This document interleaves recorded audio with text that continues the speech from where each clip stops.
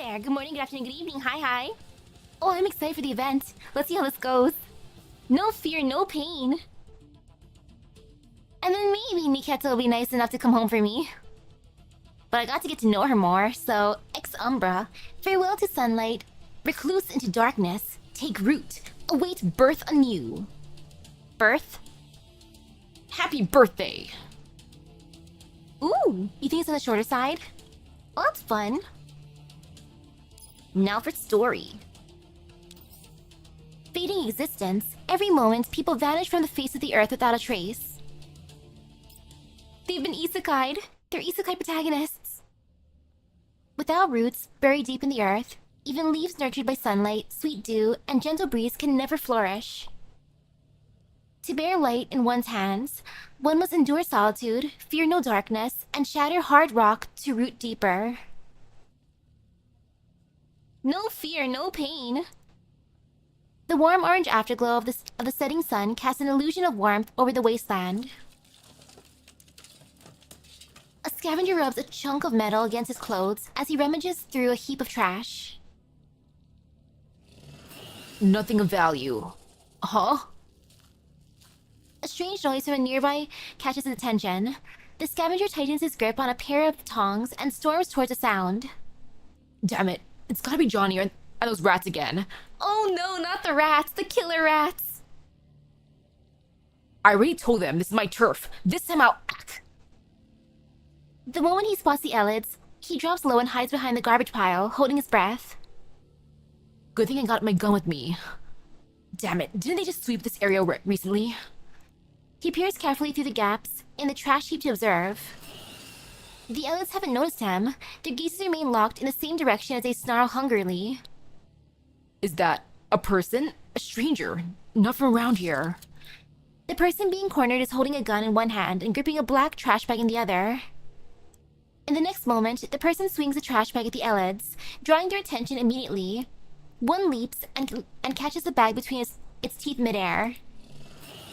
Grr! Snarl! The Elids tear into it, shredding plastic and pale flesh like chunks that still vaguely resemble human body parts. That's a human foot. Intestines. Ew! Bright red liquid and meat chunks drip from the Elid's fangs. The scavenger trembles, nausea rising to his throat, but he forces it down. Ugh, gotta run. Now's my chance. Yes, run for it. Terrified, the scavenger flees without looking back. Stinky. Handshake. The mechanical dog places its paw in Nikketa's palm as the children cheer with delight. Nikketa glances at the children. There's more. Kulik, fetch Lily's gift. At her signal, the mechanical dog leaps up, drags a package from the pile of presents sitting in the corner of the office, and carries it to the girl. Ooh, presents. Is this for me? Wow, it's a toy gun model. Thank you, Nikketa. Kulik is amazing. Woof woof. I want a present too. Get in line. Everyone gets one. Listen to Nikketa. No pushing now. Okay. Amid the joyful chaos, a figure appears at the office entrance. Miss Grace, Monkey Security's regular aid deliveries arrived. Could you check and sign for it? I'll cover for you here. Ah, Mr. David, Monkey Security is always so punctual with your support. Thank you so much. The young teacher blushes, clearly quite fond of the friendly young man. Miss Nikketa is handing out gifts to the kids. Please help keep things under control. I'll be back shortly. He must be important. He has eyes. David. No problem. Leave it to me. The curly-haired young man smiles warmly and walks towards the children. Over here, kiddos. Line up and everyone gets one. Long time no see, Nikketa. It's been a while. How's work lately? Heard rumors that the Public Security Administration introduced a new salary framework. You get a decent raise. I can't comment. Regulations prohibit discussing your wages. Oh, come now. Rules are just rules. What's the big deal anyway? But judging from the gifts you brought, you don't seem much better off than before. A raise is still a raise. Haha, sorry. There I go poking my nose into other people's business. Again, I'll stop. David scratches his nose awkwardly. Still, it's a shame someone as capable as you is stuck doing frontline grunt work at the PSA. If you decide to join Mangi, you have way more room to grow, and better promotion opportunities at pay too. Wow, dude. Poaching on the job. With a raise, you could even get nicer gifts for the kids. Thanks for the recognition, but I think it's really cool that Nikketa is a public security officer. Last time I saw her rescue hostages on TV, it was so awesome. Me too. I saw her in the street once during a school field trip. I felt super safe. If she quits being a security officer, we might not see her anymore. How could that be? She'll still visit when she can. Nikketa pats the kids on the head. I'll still visit often with Kulik. Alright, everyone go play now. In response to the command, Kulik bounces off and leads the children away. Mr. David, I don't believe doing frontline work is a waste of my ability. You've invited me to switch jobs repeatedly. I assume you've looked into my background? Yes, that's why we want you. Griffin was one of the rare companies in the field that were both competent and ethical. We were all sorry to see it dismantled. I take great pride in my time at Griffin, but it was nevertheless a confounding experience. Sometimes I wasn't sure who the real enemy was. But here at the PSA, things are much clearer. I protect civilians. My enemies are those who threaten them. Everything I do aligns with a goal univocally. And I really like this feeling of unambiguity. Haha, I see. You are certainly more a principal than most humans, Nikketa. Thanks. As for the money, I just do my best to provide what I can for the kids. So for now, I have no plans to change jobs. She watches the happy children with a quiet smile. Fair enough, as long as you're happy. Mr. David, I'm back. Sorry. Miss Trinova also delivered a bunch of supplies, so I checked them together. I hope the kids weren't too rowdy. Not at all, everything's fine. Miss Trinova came by. Kulik, get the birthday gift for Una. Oh, there's no need, Nikketa. Miss Trinova didn't bring her daughter today, saying she's off on vacation in another satellite city. Hey, don't you both work at the PSA? Can't you give it to her at work? We're in different jurisdictions and different roles. Our paths don't cross at work. I see. Then we'll just have to wait till she comes back. A vacation? How nice. Maybe we should take our kids on a trip too. Got any recommendations, Mr. David? Haha, that's a tough one. I'm not good at picking holiday destinations. Kulik circles Nikketa, gifts in mouth. Uncertain what to do. It's okay. We'll give it to her later. Kulik, put that back for now. Beep, beep, beep. Nikketa's communicator rings with the PSA's emergency alert tone. A sharp sound that cuts through the joyful air like a blade. Illegal drug smuggling. I know, right? She's so into David. What's wrong? An emergency? Yes, I have to head back now. Grace? I'll leave the rest here and pick them up later. Kulik, let's go.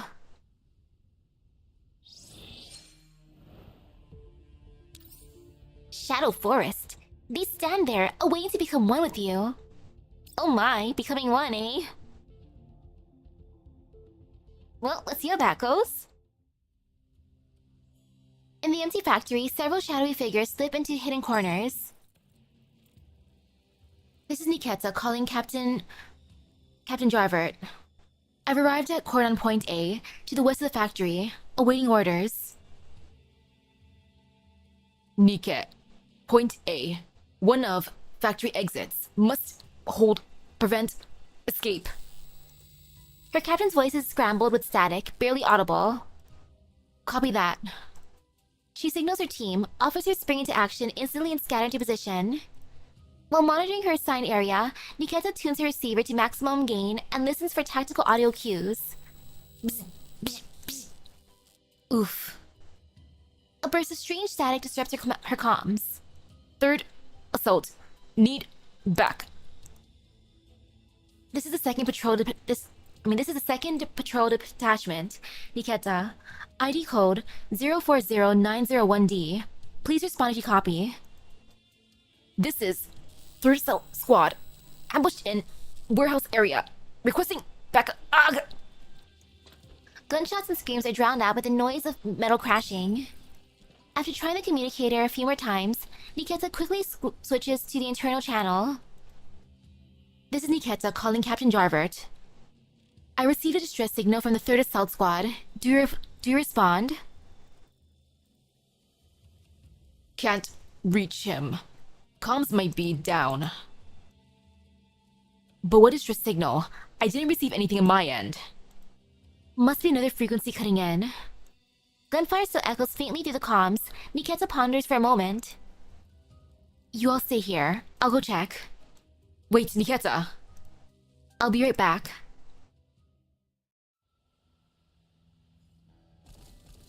It'll be fine. What's the worst that'll happen? No fear, no pain. Oh, I do have a friend that has her. You know, I'm gonna test her out. Why not? Let's see.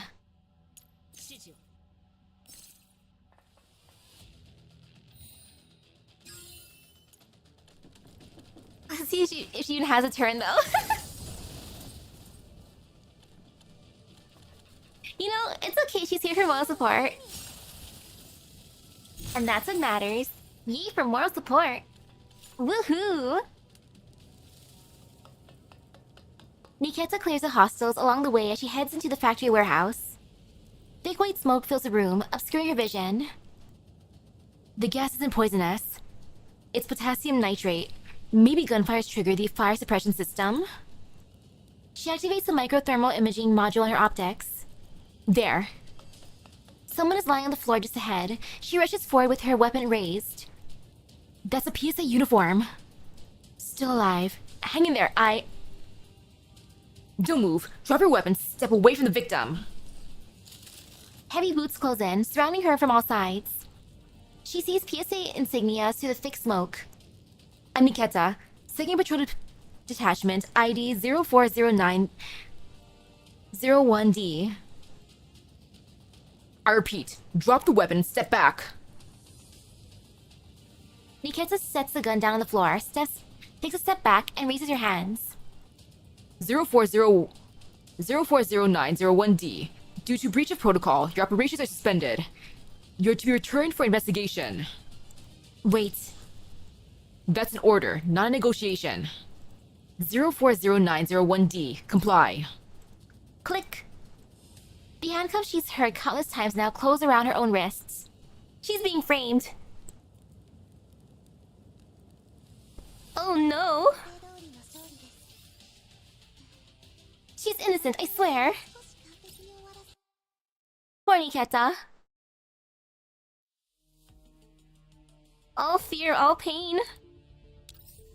Cryptic invitation. Take up this offer. Be part of the darkness. Ooh, edgy. Hello. I'm looking for Captain Jarvert Roberts of the 2nd Patrol Detachment. Is he in his office right now? Nikketa, it's you again. I've already told you many times, according to the directive, you're not even supposed to be inside the Public Security Administration building, let alone requesting to see your former superior. I just want to offer a detailed explanation regarding the accusations stated in the dismissal notice and clarify what actually happened during the incident. Don't waste your breath on me. I'm just a receptionist. I don't understand any of that. But what I do know is this. The dismissal order must be followed without exception. Please leave immediately, or I'll call security. I don't know where these rumors about risk of going haywire from my model came from, but I'd appreciate a chance to explain myself regarding the accusation of violating protocol. Let me give you a piece of friendly advice. For old time's sake, any doll dismissed by the original department in the satellite city has 2-week grace period to find a new job and affiliation. If you still haven't found one after that, you better pray that you don't get scanned by any ID scanners. Now, please leave. Don't make this harder than it has to be. Oh no. Okay, I have a guess now. Is she being framed so then that way she can work with David instead? It's like, oh, hey girl, I heard you lost your job. Well, you're in luck. We're in need of a doll here who just happens to fit your qualifications. 2 weeks. Or, Nikketa, you can always let me summon you. You can work for me at the Elmo. Realizing that any appeal would be futile, Nikketa no longer bothers to argue. They were very sketchy. Which is why she should join me instead. Before leaving, she takes a long, hard look at the emblem of the Public Security Administration on the wall. The emblem that once gave her strength and conviction now looks especially cold and ruthless. Right. If I were to file a cross-jurisdiction appeal... Vehicles come and go at the entrance to the orphanage. Nikketa stands quietly by the gate. One of the security guards sees her and leans out the window. Nikketa, you've been standing outside the entrance for days now, but you never came in, or you never come in. Did something happen? I'm waiting for someone. Who? I can help people look out and let them know when they arrive. Let you know when they arrive. Thanks, but that won't be necessary. Suddenly, the person Nikketa's been waiting for appears within her field of vision. Wait, Miss Inessa Chernova. Hearing her name, the woman stops and turns around and is rather surprised to see Nikketa. Nikketa? Sorry to trouble you, but could I have a moment of your time? I need to ask a favor. The woman looks puzzled, but she stops to listen. Nikketa decides to speak as concisely as possible. Thank you for your time, ma'am. I used to work for the Public Security Administration in Jurisdiction E5. During a recent mission, I was wrongfully accused of violating protocols and dismissed from the force. I've tried to appeal, but all channels have been closed to me. And what do you want from me? Judging by your uniform and insignia, your rank is higher than mine. I'm hoping you can assist me with filing a cross-jurisdiction appeal. Cross-jurisdiction appeals are highly unlikely. We've never worked together officially. Even if I outrank you, I can't vouch for you. However, I can at least help you contact your superior and pass along a message. If you could help me get in touch with my captain, I'll be very grateful. His name is Jarvit Roberts. ODE 13, captain of the 2nd Patrol Detachment in Jurisdiction E5, correct? You looked into me? You've had frequent contact with Una. For safety, it's only natural that I check your background. It's a reasonable explanation. Nikketa, imprint model VSK94, suspended of violating protocol in Operation Codename 342, causing injuries to a fellow officer. Further mechanical inspection revealed irreparable performance defects. Result, dismissal. That's what you're trying to appeal, right? How do you know all that? Because I was the one who orchestrated everything. The unexpected answer hits Nikketa like a lightning strike, but she only frowns briefly before immediately sizing up the woman in front of her. Even through the sunglasses, Nikketa can sense that the woman's previously warm, smiling eyes have turned unreadable. As if there's something... as if there's some creature lurking just beneath the surface. Ma'am! Let me properly reintroduce myself. My name is Inessa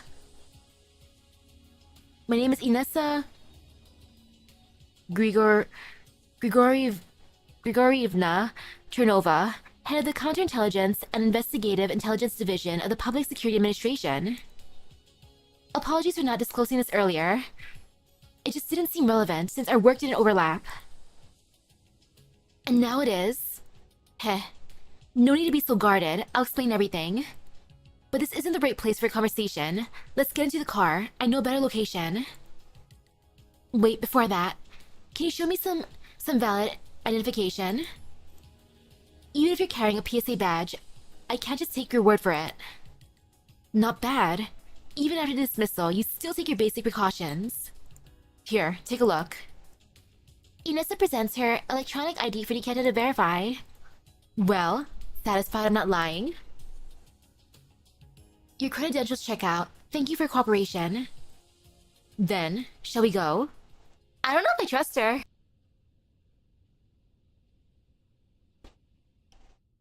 Okay, lady, I guess I'm gonna hop in your car. Sit wherever you like. I'll make us some coffee.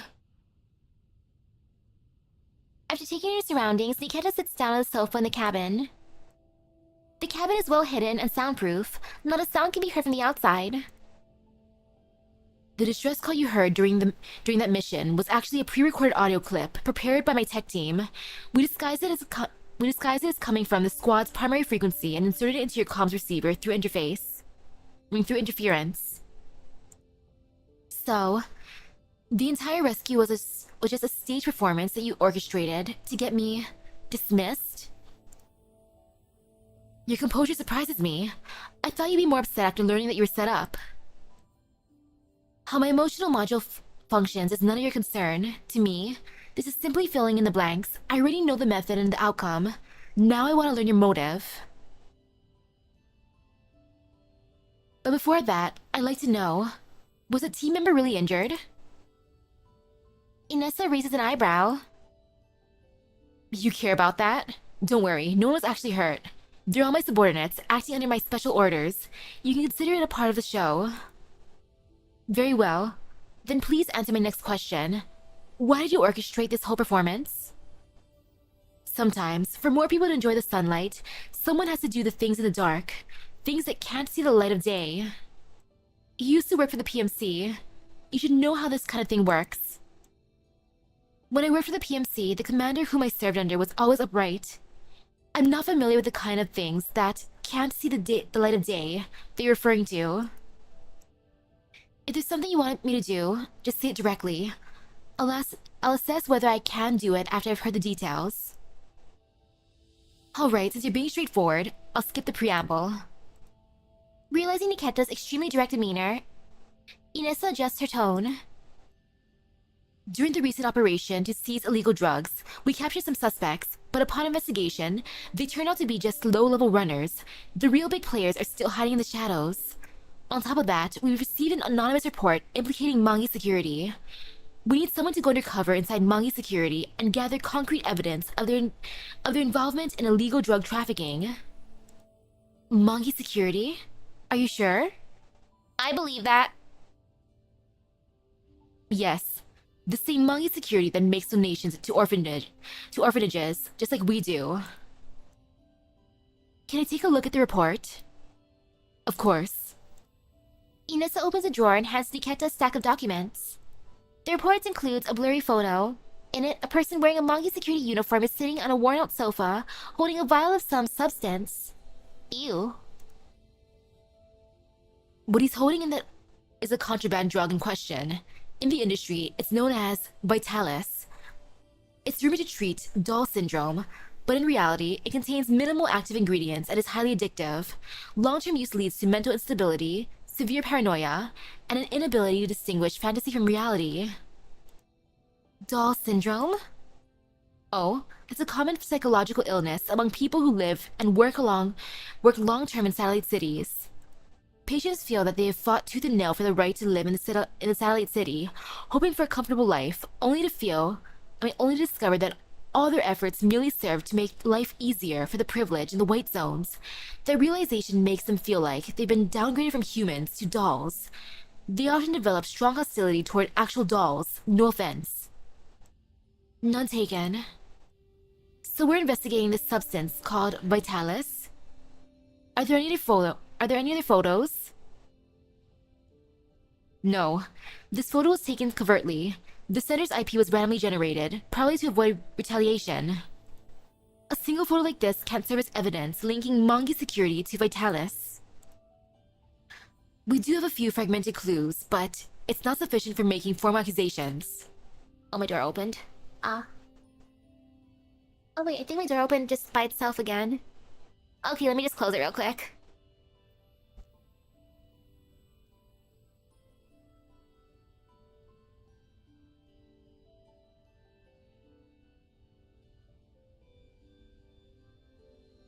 Gotta love when the door does that, right?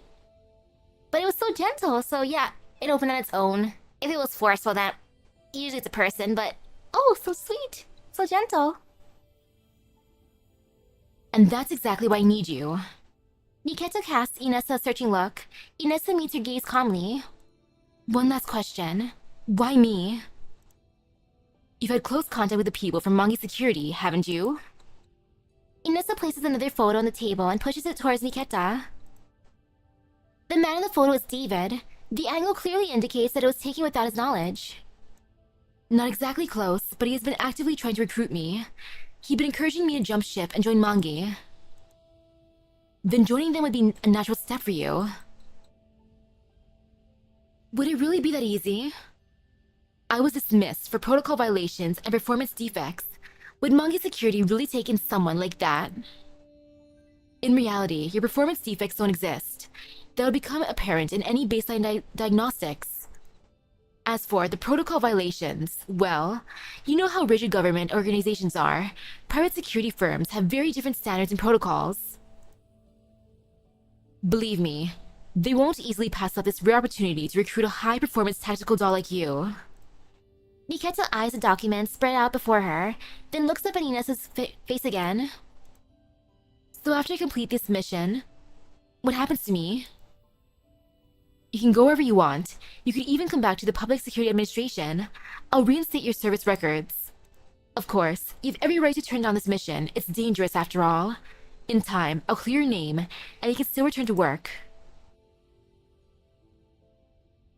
If you have such a thorough plan, why didn't you speak to me about it beforehand? What's wrong? Didn't like being falsely accused? Nikketa frowns slightly as she lapses into silence.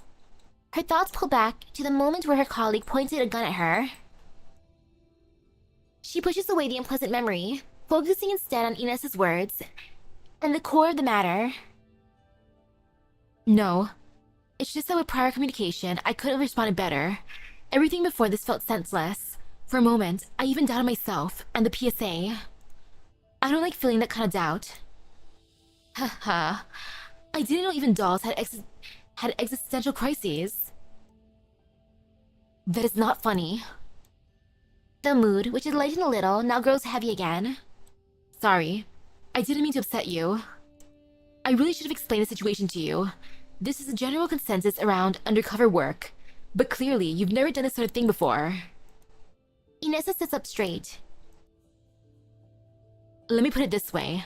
The reason I didn't talk to you beforehand is because I wanted the whole thing to feel natural. As if you really were dismissed for violating protocol. The less staged it looks, the better. Most undercover agents are trained early on, so they can perform convincingly. But someone like you, who's been chosen on short notice, might act unnaturally due to hesitation if warned in advance. You could have made mistakes that would be used against you somewhere down the line. That may be true, but weren't you worried things would go wrong? Like if I didn't follow the script? But you did come to me. Inessa smiles faintly. I wasn't wrong about you. Your pursuit of truth has brought you here. That kind of resolve is exactly what an undercover agent needs. And what else does undercover work require? Let's see. Tolerance for loneliness and boredom. Acceptance of the fact that you will give your all and likely receive nothing in return. You have to blend into the crowd, and whether you succeed or fail, you can never speak of it. So, are you willing to take the mission? Nikketa looks into Inessa's eyes, sensing a scrutinizing gaze behind her glasses. A strange emotion rises into her neural cloud, but she dismisses it as a system noise. Dolls don't overthink, at least I don't. If it's something else, if it's something that helps people, something that's right, I'll do it. Inessa smiles and extends her hand. I knew I wasn't wrong about you. Then here's to a successful collaboration. Nikketa looks at the offered hand and shakes it gently. Right. Ta-da! Evil festers in the absence of supervision. Covert transport. Whee!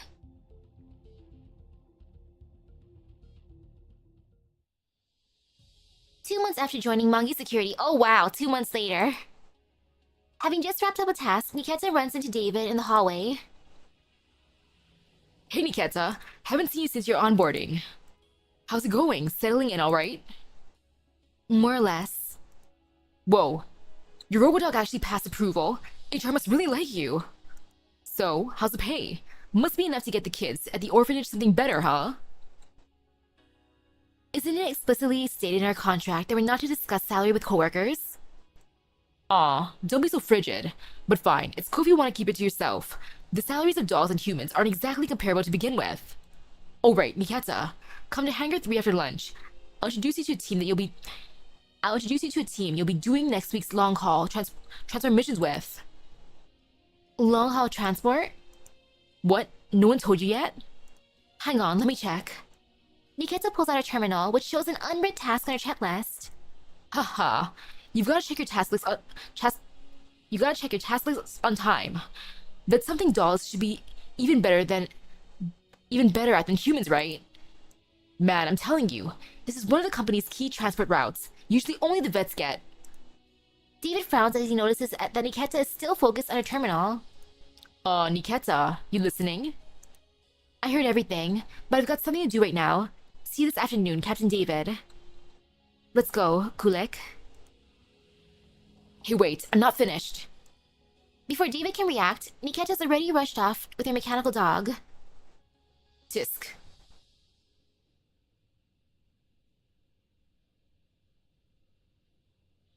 To conclude, nothing suspicious has been found for now. You've just joined Manga Security, and you're already carrying out the most basic frontline tasks. It's normal that they won't expose you to the core operations yet, especially since you used to work in the PSA. The key is to blend in and become part of their background. Speaking of core operations, I just received a task today, one that's usually assigned only to more senior members.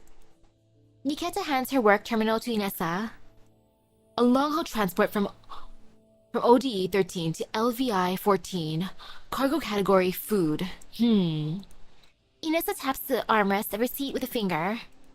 That's very suspicious. The route passes through loosely regulated, or rather, completely unregulated contamination zones. There's plenty of opportunity for foul play. You mean, there's a chance the cargo could be swapped in the contamination zone? Exactly. But if Mangi Security really does run illegal ops like that, they normally assign someone experienced and familiar with their internal workings. It's odd they didn't trust this to someone like you after just 2 months. I understand. I'll stay alert and treat it as a regular transport unless something seems off. I'm counting on you. Oh, and take this. Inessa hands Nikketa a USB drive. A little gadget developed by our tech team. It can automatically generate neurologs. All my doll agents have one to pass routine neurocloud inspections. From what I remember, Mangi Security takes neurocloud submissions every 2 months. The next one is coming up soon, right? Tomorrow, actually. Perfect timing. This will get you through the inspection just fine. I also have something for you, or rather for your daughter. Nikketa hands her a neatly wrapped box. This is for Una. A toy walkie-talkie and recon manual. It's the public security officer toy I promised Una. She's already received the toy badge. This is the rest of it. Oh, I see. Thank you. That's very kind of you. Inessa seems a bit distracted. She accepts the box stiffly. Una said her dream is to become a public security officer. She has a strong sense of justice. I like her a lot, so it's my pleasure. Please, give this to her when she returns from her trip. Inessa gently caresses the box as something comes to mind. Mama, the day after tomorrow is my birthday. The investigation shows... What did you say? Una's birthday is the day after tomorrow. Oh, right, sweetheart. Happy birthday. What gift do you want? I want the new security officer outfit from Disneyland. Can I have it, Mama? From Disneyland? Ah, yes, let's go to Disneyland. Of course. Once Mama finishes this report, we'll go buy together, okay? Yay. Thank you, Mama.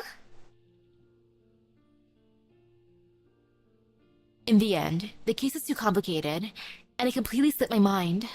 But Una never brought it up again. When that case was closed, she even baked me cookies to celebrate.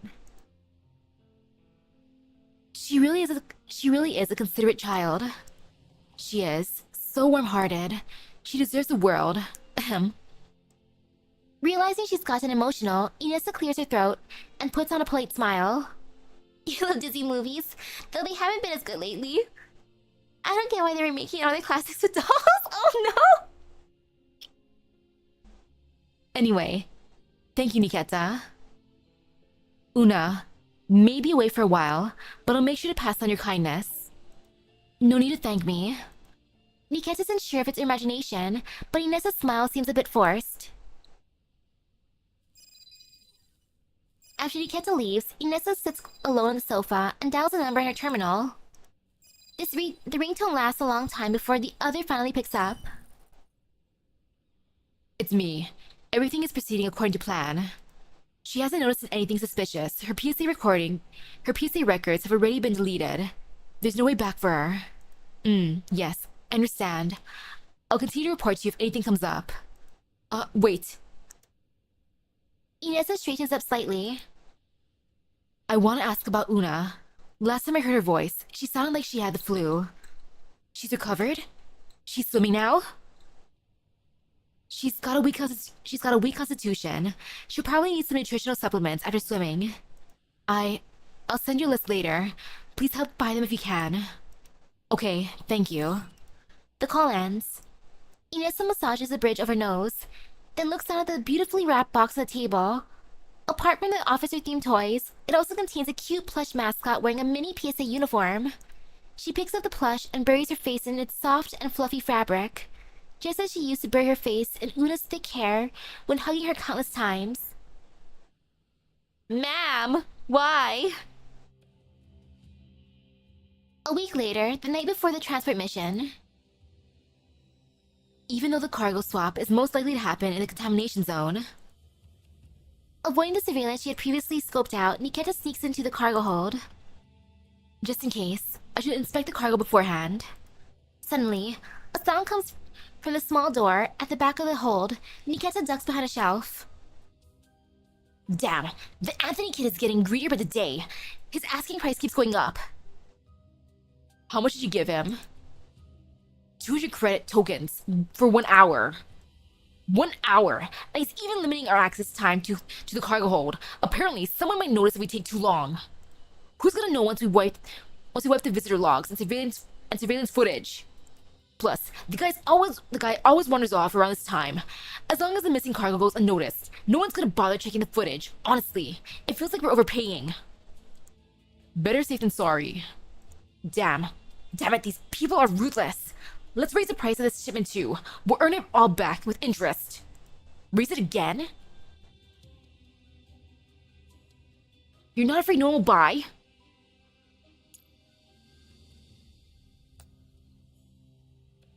Oh, they'll buy it. Those poor bastards in the contamination zones rely on this stuff to survive. Nikketa identifies the two intruders through voice print analysis. One is David, and the other is a transport team member who we previously introduced. It's Sam. David, how many crates are we taking this time? Same as usual, 3. Only 3? Come on, this shipment is huge. We could sneak out more and no one would notice. Ow, why'd you hit me? If we get caught, we're screwed. Ever heard of caution? I teamed up with you because I thought you had some brains. Now I'm starting to think I should have gone with a doll. At least she'd be obedient like a dog. Hey, that's going too far. The transfer team member tries to argue but shuts up when he sees David's dark expression. He gulps. Ugh, fine. 3 crates it is. Screw this. Why am I stuck with a lunatic like you? Anyway, speaking of dolls, what's the deal with that Nikketa you introduced us to? Only 2 months in and she's already doing covert transports? Who knows what age she was thinking? They had me cozy up to her ages ago and poach her from the PSA. Every time I talk to her, I feel sick. With how much they value her and how she's learning all of her business, you don't think she's being groomed to replace you as squad leader, do you? I told you, I have no idea what those pampered fatzos upstairs are planning. Even if she replaces me, what can I do? These days, actual people have it worse than dolls. Calm down, man. Huh. But here's another possibility. What if we've been found out for smuggling and Nikketa was sent to spy on us? Highly unlikely. Aside from Anthony, we haven't left any traces. And Anthony's in this with us. If we go down, so does he. Still, keeping an eye on her wouldn't hurt. If she ever does find out. David's eyes flash dangerously on his grim face. She's just a doll. We'll scrap her and be done with it. Yeah, exactly. Just a damn doll. Come on, let's load this stuff into your vehicle. The 2 men bustle about the cargo hold for a while, then disappear behind the door with the cargo. Nikketa steps out from the shadows of the shelves. Smuggling cargo. Deliberate collusion. She shifts her gaze to the goods on the shelves. Think you the 2 have doll syndrome? David. Oh, David. Probably David. He seems unhinged. She opens one of the crates. Inside are neatly stacked canned fruits. The packaging suggests black currants. These absolutely can't be regular fruit preserves. Otherwise, they wouldn't be taking such a huge risk. Nikketa reaches toward the crate, but quickly withdraws her hand. It's not the time yet.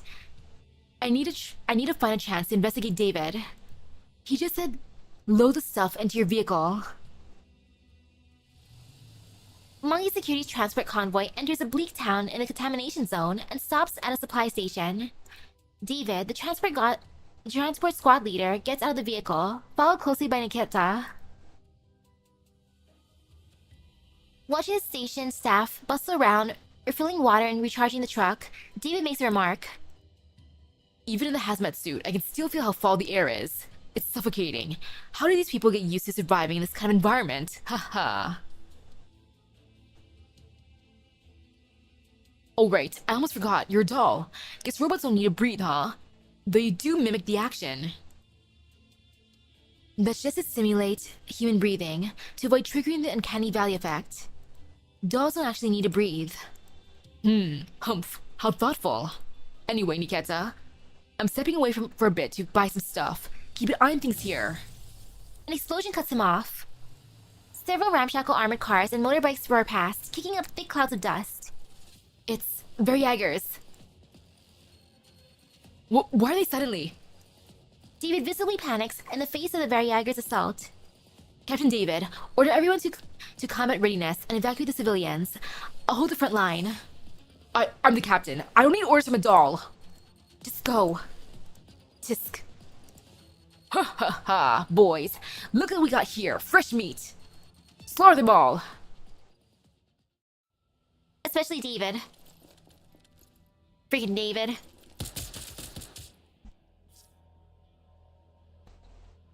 Robbery is a serious offense, and I'm here to arrest all of you. Huh? You? I'm plenty enough to deal with the likes of you.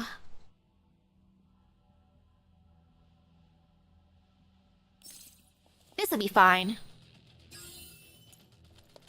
No fear, no pain.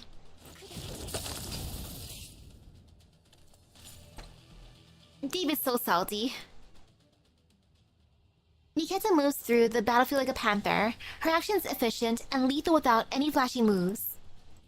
For those who glimpse her even briefly, it's already too late. Their fate is sealed. Wait, this transport team's got a doll that strong? Or his must have been wrong? Screw that intel, just grab what we can or this whole trip's wasted. Okay. You draw the tin can's attention. I'll hijack the truck and drive off. Whatever we get is ours. You're sending me into the line of fire while you make off with the loot? You think I'm a damn fool? A dirty rust bucket like you dare slam a hand on my bros? You're so dead. As one of them revs a motorbike and charges at Nikketa, the two men stop arguing and exchange a look. Let's go, bros. Split the take. Ha, my thoughts exactly. Not far away, Nikketa notices the suddenly moving Mangi security transport vehicle and immediately spots the two sneaky men in the cab. Humph. She checks her sidearm, dashes up the nearby ladder in 3 quick steps, and then hurls herself towards the charging Variager biker. Ah! Whoa, huh? Whoa, wait, ah! She kicks him off the motorbike mid-charge, grabs the handlebars mid-air, and swings herself onto the bike using its momentum. Dang, she's cool. After steadying it, she guns the throttle and speeds after the truck. Thud. A dull impact hits the truck roof. The two Variagers in the cab glance at each other. What the hell was that? Probably just another damn rock falling on your head. Ha ha! We've hit the jackpot. A whole truckload. Oh, right. This stuff's in high demand in the contamination zones. We can jack up the price like crazy. But we're supposed to turn it in, remember? Knowing the boss, how much do you think we'll actually get paid? We'll actually get? Tisk, you got a point. Maybe we should just pocket it all. Are you insane? Still, if we just skim a little off the top. Gunshots ring out before he finishes. Bullets pierce the window, hitting the driver's hand with deadly precision. Billiat! The truck veers wildly across the terrain, and the two inside are tossed around like ragdolls. Nikketa seizes the moment and leaps through the shattered window. Grabbing the steering wheel with one hand, she aims her gun with the other and fires 2 precise shots into their legs. Bang, bang! Ugh! Ugh! Nikketa slams on the brakes, fighting the wheel, and barely stops the truck from crashing into a massive roadside boulder. She ties up the two Variagers and sets them aside before inspecting the cargo. Many of the cans are damaged during the commotion. Blackcurrant syrup and fruits are spilled everywhere. Those are definitely black currants. In one of the cracked cans, Nikketa spots the corner of a small plastic bag. She picks it up. Inside is a sealed sachet of brownish-yellow powder. Could this be used to make Vitalis? Oh, hey, doll lady, please spare us. We're gonna bleed out at this rate. You didn't get hit in any major arteries. You'll live. Now I need more intel on Vitalis. These. Where do you usually sell them? She shakes the bag in front of them. You guys don't even know what you're transporting? Ow, we sell them to the underground brokers or small taverns in the contamination zones. Ugh. They brew it into drinks and sell it to the poor bastards suffering from radiation sickness. Radiation sickness? You mean Elid? Oh, what now? I don't know. Please, lady, no, Madame Doll. I can't remember stuff like that. Just you mean that disease where your body grows rocks and stuff. I think taking too much of this makes people dumb or something. It's not for doll syndrome, then? So this isn't the raw material for Vitalis? What now? Never heard of that. Figures. It's a psychological condition unique to Satellite City residents. Then what is this stuff called? You must know that at least. Look, lady, Madame Doll. You let us go, and I'll tell you about it. Before he can finish, a cold black muzzle is pressed to his forehead.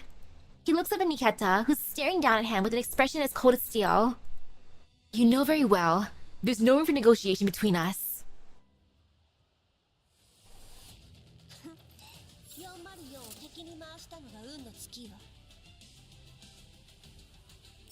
Well, he was trying.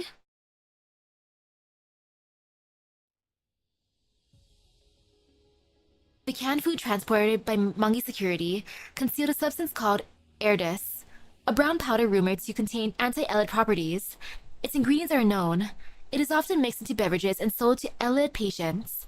Its actual effectiveness is unverified, but it has not passed regulatory approval. It is without question a banned substance. That apparently makes you stupid if you take too much of it. Nikketa pulls out a small plastic sachet and hands it to Inessa, who is seated on a sofa. I retrieved this on site. I have video evidence to back it up. Inessa opens a sachet, pours the powder onto her palm, and rubs it between her fingers. You weren't discovered while collecting this evidence, were you? I don't think so. I destroyed the truck's dashcam. The only two eyewitnesses were two Variagers. I tossed them into the ravine. Statistically, there should be no solid evidence against me. Lack of evidence doesn't mean you won't be suspected. No witnesses also means there's no one to testify for you. Both you and the physical evidence disappeared for too long. If there's any discrepancy in the cargo count later, suspicions will naturally fall on you. It doesn't matter if they do. The evidence is enough to indict Mangi security, and by then, I should be reinstated in the PSA. Hold on. Who said you're coming back? The mission isn't finished. Our goal is to uncover evidence of them trafficking Vitalis. Finding evidence of Erdis, a banned substance, should prompt a full investigation by the PSA. They'll likely lead to clues about Vitalis, no? Besides, if the Variagers claims are true, Erdis is already causing serious harm in the contamination zones. The longer it's left unchecked, the more people will be endangered. Nikketa, I'm not dismissing the results of your investigation, but... Inessa rubs the bridge of her nose. First of all, the security companies backed by big corporations have countless ways to evade risk. Just this bit of evidence isn't enough for a full investigation, and we could lose all the chance to keep digging into Vitalis. Secondly, please remember our jurisdiction. We're the Public Security Administration of Satellite City, ODE-13. We're responsible for ODE-13 residents. The residents of the contamination zones are not under our protection. So you're saying there won't be any action regarding Erdis? There'll be, just not right now. We'll file the evidence for archival. Just filing it? Nikketa. Inessa's tone darkens. I know that justice is a core keyword in your foundational logic, but justice in the real world isn't so simple. Sometimes, in order to achieve a greater justice, you have to allow some losses to happen, even if it contradicts your programming. So, in order to protect justice, we must turn a blind eye to illegal activity. The logic makes no sense to me. Also, you said that the contamination zones aren't within our jurisdiction, but think of it another way. Residents of ODE-13 are committing crimes. Doesn't that warrant immediate action? Don't play word games with me. I understand this is very difficult for a doll to grasp. You need to follow my orders. From now on, act cautiously and keep a low profile.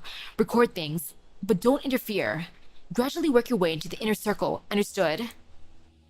Nikketa locks eyes with Inessa for a long moment, then finally looks away. Understood.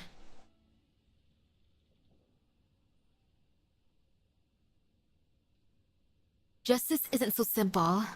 No, justice is simple. Don't let those who hurt others walk free. No matter the situation, always do what you believe is right. You guys don't even know what you're transporting? Ow! We sell into underground brokers or small taverns in contamination zones. Ugh! They brew into drinks and sell to the poor bastards suffering from radiation sickness.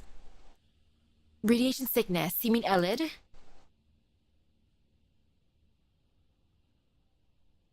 People are committing crimes. People are dying because of it. As someone who knows the truth and has the ability to do something, I can't just sit by and do nothing. As the workday ends, the employees steam out of the building. Once Nikketa confirms that David has left, she walks against the crowd into the office building. Countless terminal screens cast a faint blue glow on the empty office. Nikketa moves among them and sits at her own desk, pretending to be working on a report, as she discreetly connects to level 2. Found it. David's IP address. But it's password protected. Nikketa cracks her knuckles. Let's do this.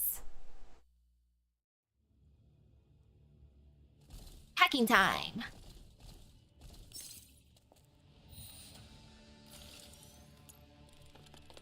I wonder what David's password is.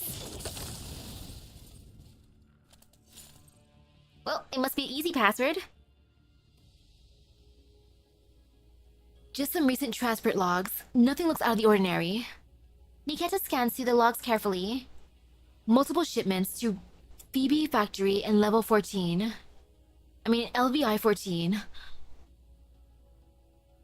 Why would a pharmaceutical factory need so much wine and drinking glasses? Even if it's for employee benefits, the quantity and frequency are excessive.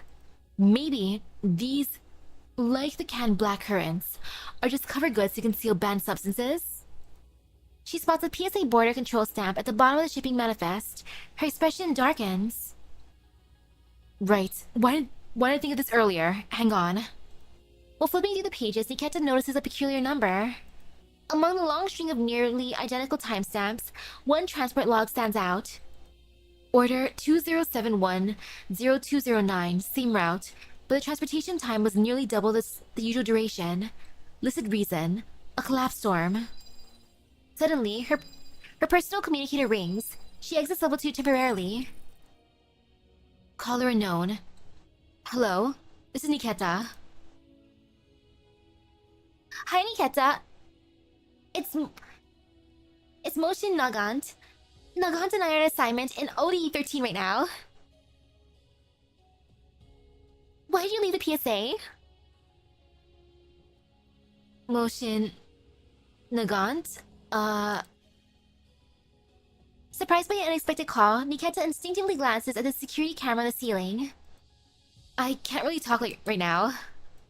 Oh sure, if you're free tonight, come meet us at District K, number 153. Let's hang out. See ya! Got it. The call ends, Nikketa thinks for a moment. If I remember correctly, Motion Nagant works for the Public Security Administration too, though in a different satellite city. A plan begins to form in her neural cloud. But there's one more thing I need to do first. Nikketa backs up the transport records, logs out of David's terminal, and turns out the screen. Wow. Okay, that's kind of fun that Motion Nagant also shows up, since instead of summoning Nikketa, I did get a copy of her, so... close enough for the event, I guess.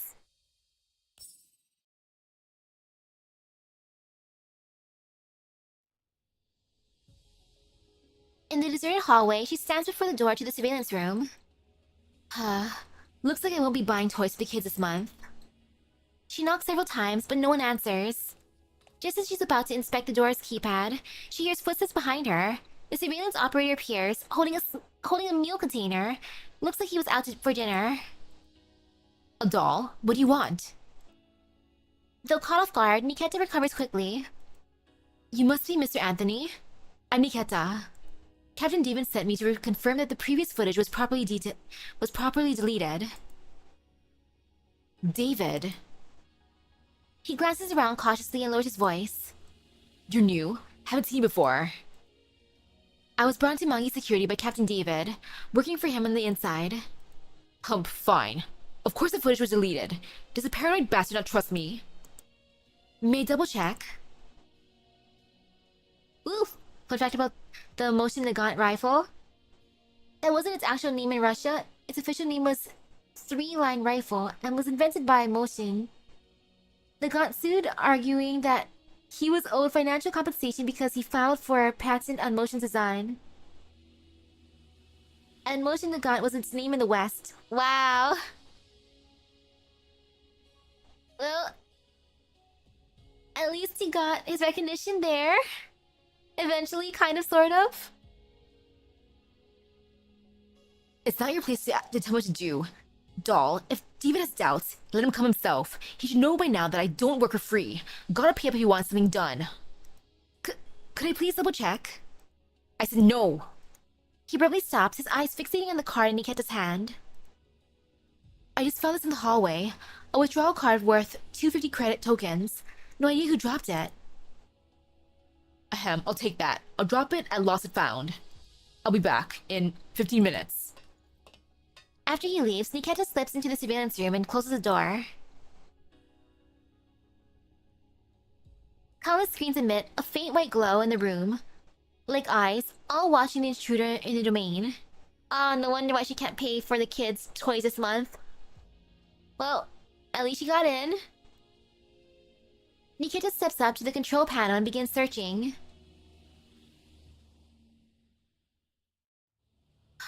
Oh, the guy who got recognition didn't deserve it. Aw. Motion designed the weapon, but he couldn't patent it because he was the Soviet military, so Nagant filed the patent instead and then argued he deserved money for the design. Dang, dude.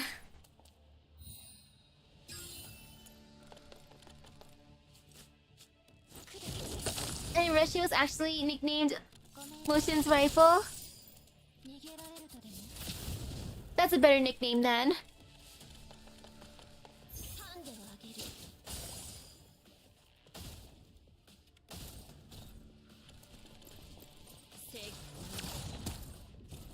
Man, partner projects are always super duper duper hit or miss.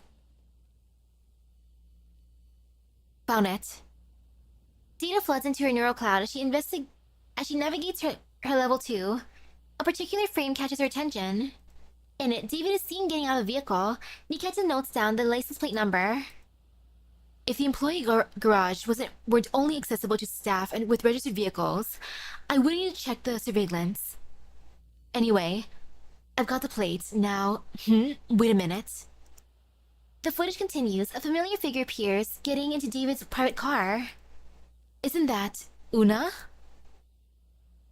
Inesa's daughter.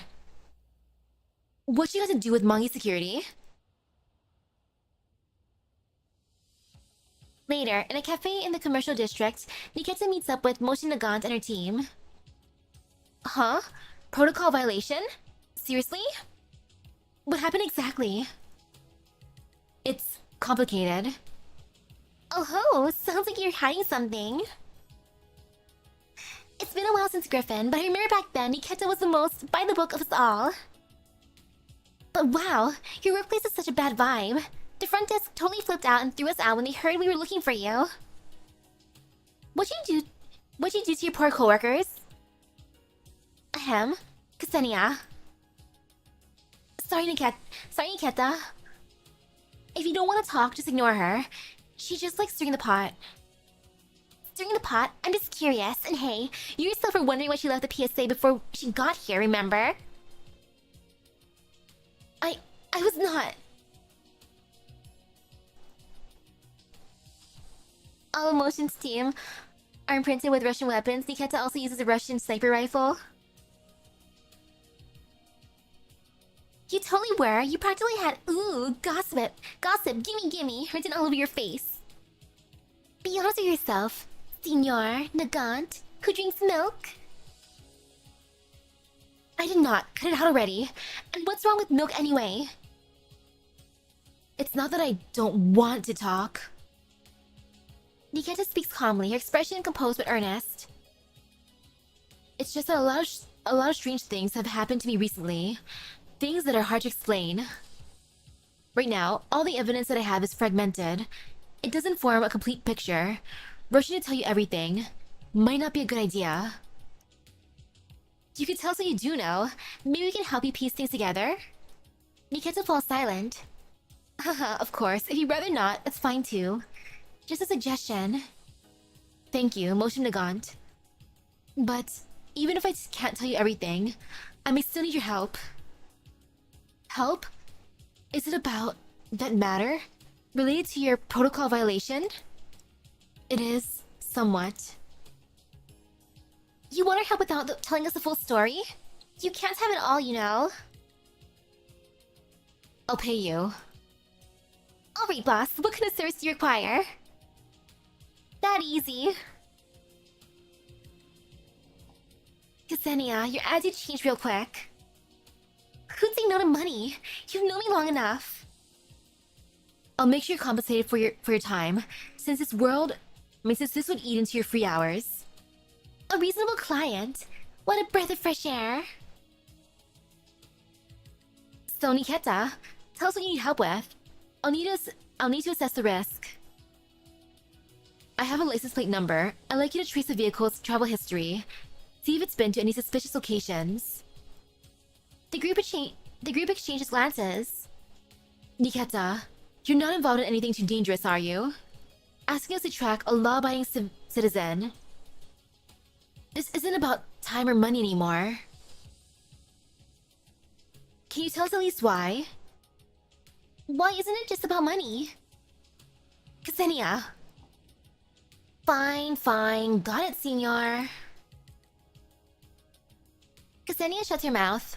Nikketa speaks again, somewhat guiltily. Sorry, I can't really tell you that either. A heavy silence hangs in the air. I know, it doesn't feel good to be forced into a situation without knowing anything. Honestly, I don't fully understand it all either. So I can't jump into any conclusions.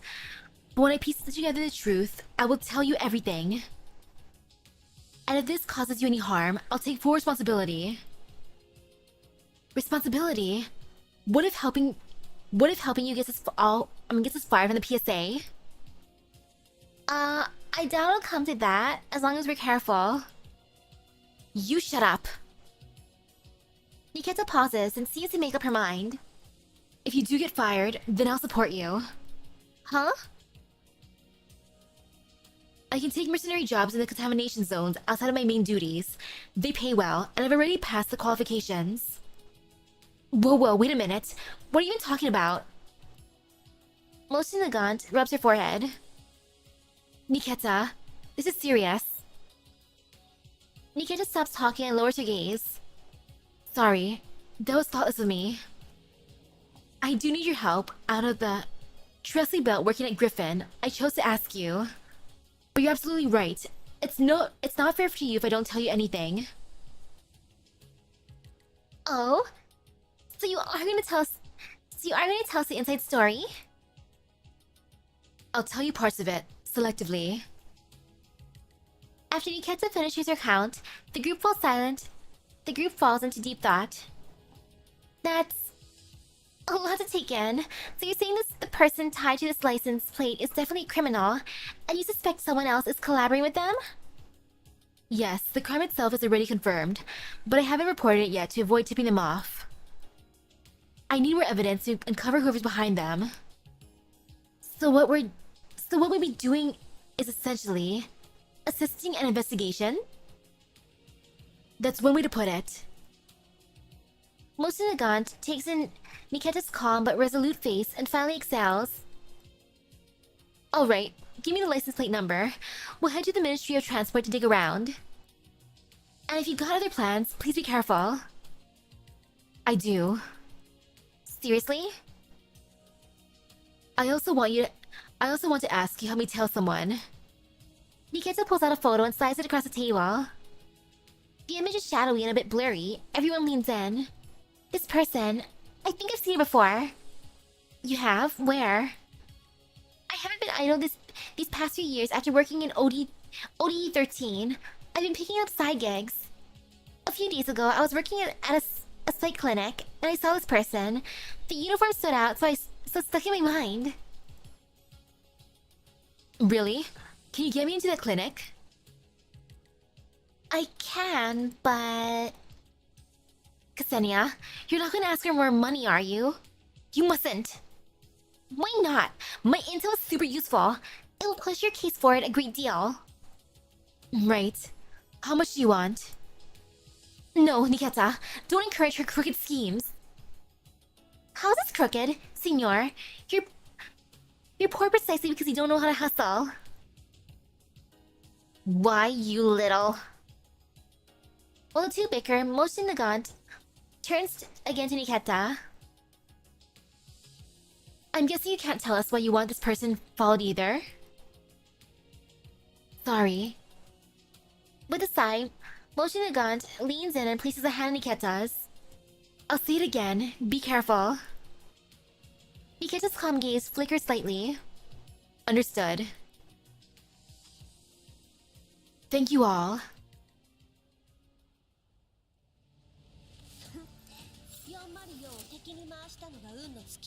Hey, hello. Enfield got a nominee award. Hey! Good for them. And oh, I'm suffering from the heat right now. But ooh! About halfway through the event. Oh yeah. Lure and trap. Sometimes the prey is the real hunter. I wanted to get cooler already. I'm sweating. I'm sweating so much in my room right now. This is so uncomfortable, but you know, it's fine. No fear, no pain. Night in Odessa is far from quiet. Soft light shines in from the full height windows on the high-rise buildings, calm and restrained. My room is like mid-50s, right? I mean, not mid-50s, mid-80s. Brain not even braining. A tall figure stands at one such window, looking down at the cold cityscape.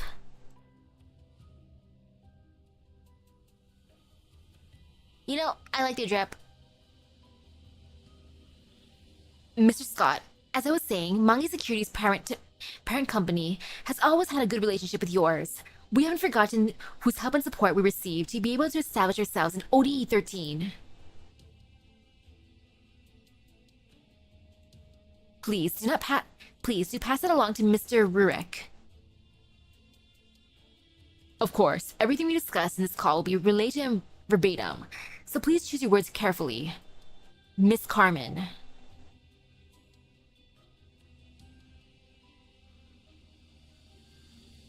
Ooh. Okay, so Blonde's event should come out around next week. Nice. More time to save up, which is good. The more the merrier, plus it's gonna be a new month, so then that means more offerings to the gacha gods. Woohoo! Naturally, I'll speak openly, so long as it's within my knowledge and within my bounds. What Mr. Rurik seems most concerned about is the other technical team that it assembled. Until recently, Gerard's R&D team has been the unquestioned pioneer and leader of the third-generation doll research. We will not tolerate any theft of Gerard's technological achievements on this critical juncture. Please, don't let that trouble you. The tall woman glances at her subordinate, who just entered the room and signals for silence. VSK 94's data have not been shared with the new technical team. Gerard remains in the lead when it comes to third-gen doll manufacturing. Locked down that tightly, so it's doll codename VSK-94. How exactly does she differ from the others we've acquired from IOP? I don't know.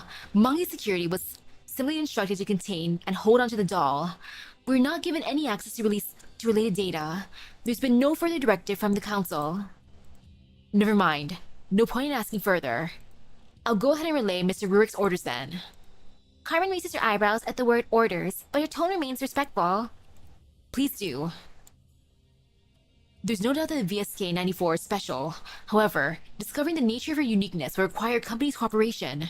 Of course, we won't force Mangi Security to synchronize VSK-94's data, as that would place our loyal allies in violation of contract terms, which would hinder future cooperation and intelligence sharing. Nikketa's adorable. She loves justice. She's so good at her job. She even cares for all kids. Like, she's sweet. She's a sweetheart. Instead, we're hoping security will assign VSK-94 to a mission within Gerard's jurisdiction.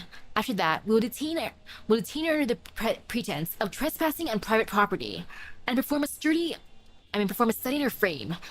The findings from this research will be partially shared with our loyal allies.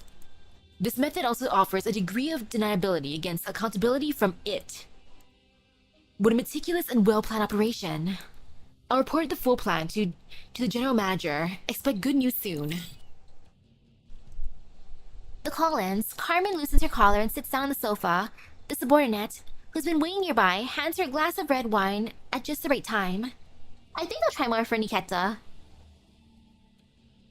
I still think it's hilarious how I lost the 50-50 and got motion Nagant. I'm like, oh, perfect. She's part of the event anyways. Pioneer, leader, technological achievements. Humph, such bold words. Whatever, let's hear the report. Carmen takes a sip of wine and listens to the report. Halfway through, she frowns. Why was VSK-94 sent on a covert mission? It was probably due to dispatching error. Probably. Originally, VSK-94 was assigned to a regular transport mission, but its task number, content, and destination overlapped with those of the covert mission, which resulted in a management error. Has Frontline management become this sloppy? I should discuss a personnel reshuffle with Christopher. The woman's lips curl into a chilling smirk. Was there any unusual behavior from VSK 94 afterwards? According to the neurolog inspection, it appears not. Neurologs from the dolls aren't reliable. They can't even be used as formal evidence. That gives me reason to suspect that VSK-94 has already discovered our covert operations. So, what's next? Next, since Gerard plans to use the trespassing excuse, why should I do the same? But before that, I want to make sure my piece is still where it should be. Understood. One more thing. What do we do about David? If it were just embezzlement, we could have just fired him, but he's come into contact with our covert business. This goes far beyond simple dismissal. His recklessness may cause us immeasurable losses. We can't keep him around anymore. So, an official disposal? No need to rush. I'll make sure his death is worthwhile. Well, goodbye, David. So, this is the place? Yeah, the vehicle owner whom you asked us to investigate, the one called David, shows up here most frequently, aside from Monkey Security's office and his home. Look, the street sign matches the one in the surveillance footage. Nikketa's amazing. So glad you pulled her earlier. Ooh, congratulations. I think I'm gonna try for her. Again. Like, I already lost a 50-50, so I'm guaranteed. The two dolls circle around the warehouse. Doors and windows are locked. Let's go in through the exhaust vent. The exhaust vent. The exhaust vent? My clothes just got laundered. Fine, but you better reimburse me for cleaning. They crawl through the vent and enter the warehouse interior. Ooh, there's a doll that specializes in close range brute combat with her unadulterated fist, but also has a giant ass gun that does the punching. In terms of gameplay, would I want to see Gundam or personal brute force? I can only have one. Okay, I want the brute force. Punching is fun. Like, I already have the satisfaction of pretty much using a Gundam in other games, so punchy's always nice. Blech. So much dust. What a dump, and dark too. Nikketa and Ksenia each pull out a flashlight and start searching. The flashlights gradually reveal the warehouse's structure. On the left side, many crates are stacked high on metal shelves. Nikketa climbs up and inspects them one by one. Yes, all of them contain cans of Erdis. Something to the right of the rack catches Nikketa's attention. She jumps down and approaches a worn-out sofa placed in the corner. Wait, this spot. She pulls out her terminal and retrieves a photo that Inessa has previously shown her. The one with the person holding a vial of Vitalis. The photo is low resolution, but based on the tears of the fabric, she can tell it's the same sofa. This photo was taken here? She closely examines the silhouette of the person in the image and compares it to David's profile from a neural cloud. Profile silhouette similarity, 70% match. Wait, oh, I didn't even realize it's there. Okay, oops. Those are the little icons from VTuber Studio. Oh, my bad. Let me get rid of that real quick. I thought I got rid of them earlier. They're just floating there menacingly. Eee. Okay, got rid of them. Ta-da!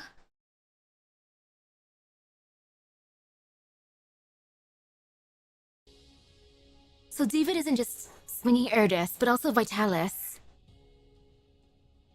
A terrible hypothesis emerges from in a neural cloud. Hey, Nikketa, come look over here. I found something weird.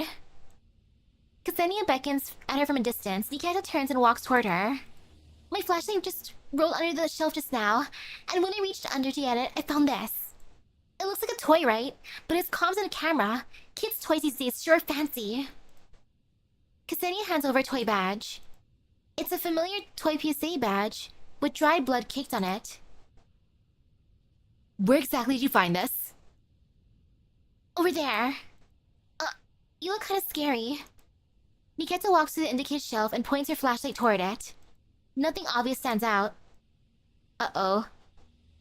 She grips the rack and gives it a shake, then applies some force to push it aside.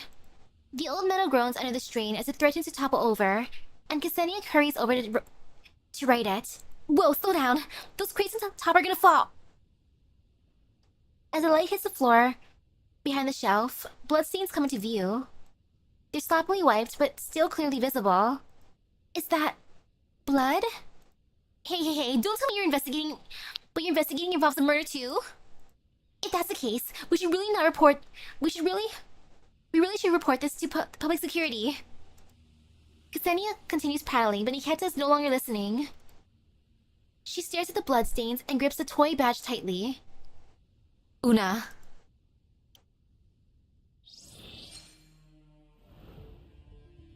Una's totally fine, right? Silence and confession. All the dread and worry saturated with silence.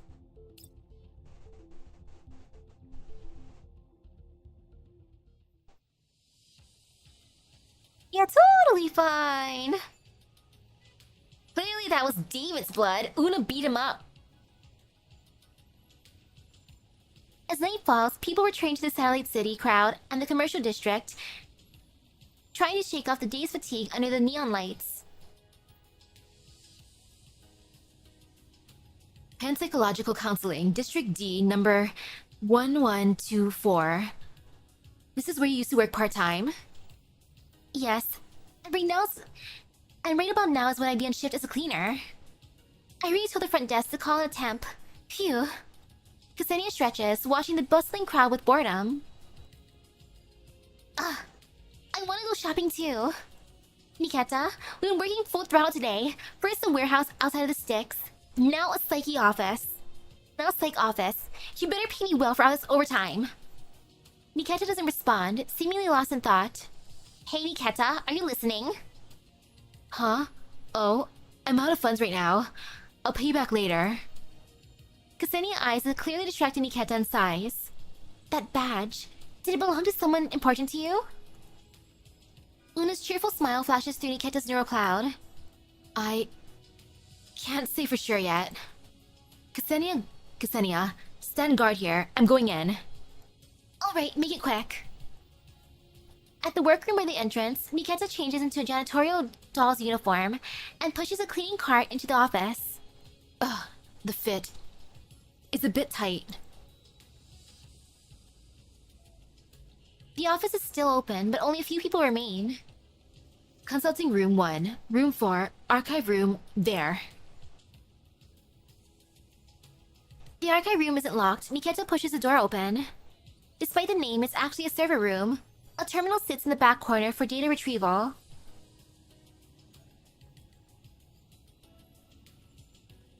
For IS-5, Preops, Enos, Holder, Double, or W, Wizardell, Savage Nymph, Tin Man, Jeyun Logos, Sturder, Civilite, Eterna, Amiya, who's got my attention? Well, always Amiya, because she's bestie. But otherwise, you know, it's always good to learn more about Tin Man. Let's see. She types a name into the terminal. A pop-up requests a password. Of course. And not a hack. The password is... Password. Password 1.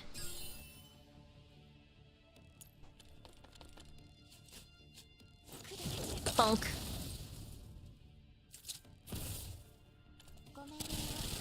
Just a few more.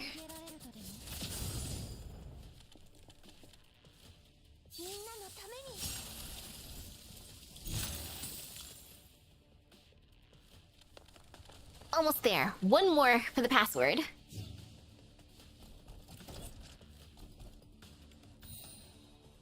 And it's just standing there menacingly.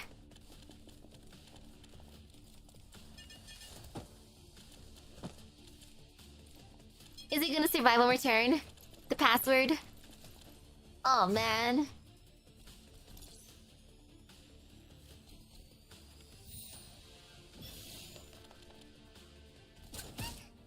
For you, it's savage.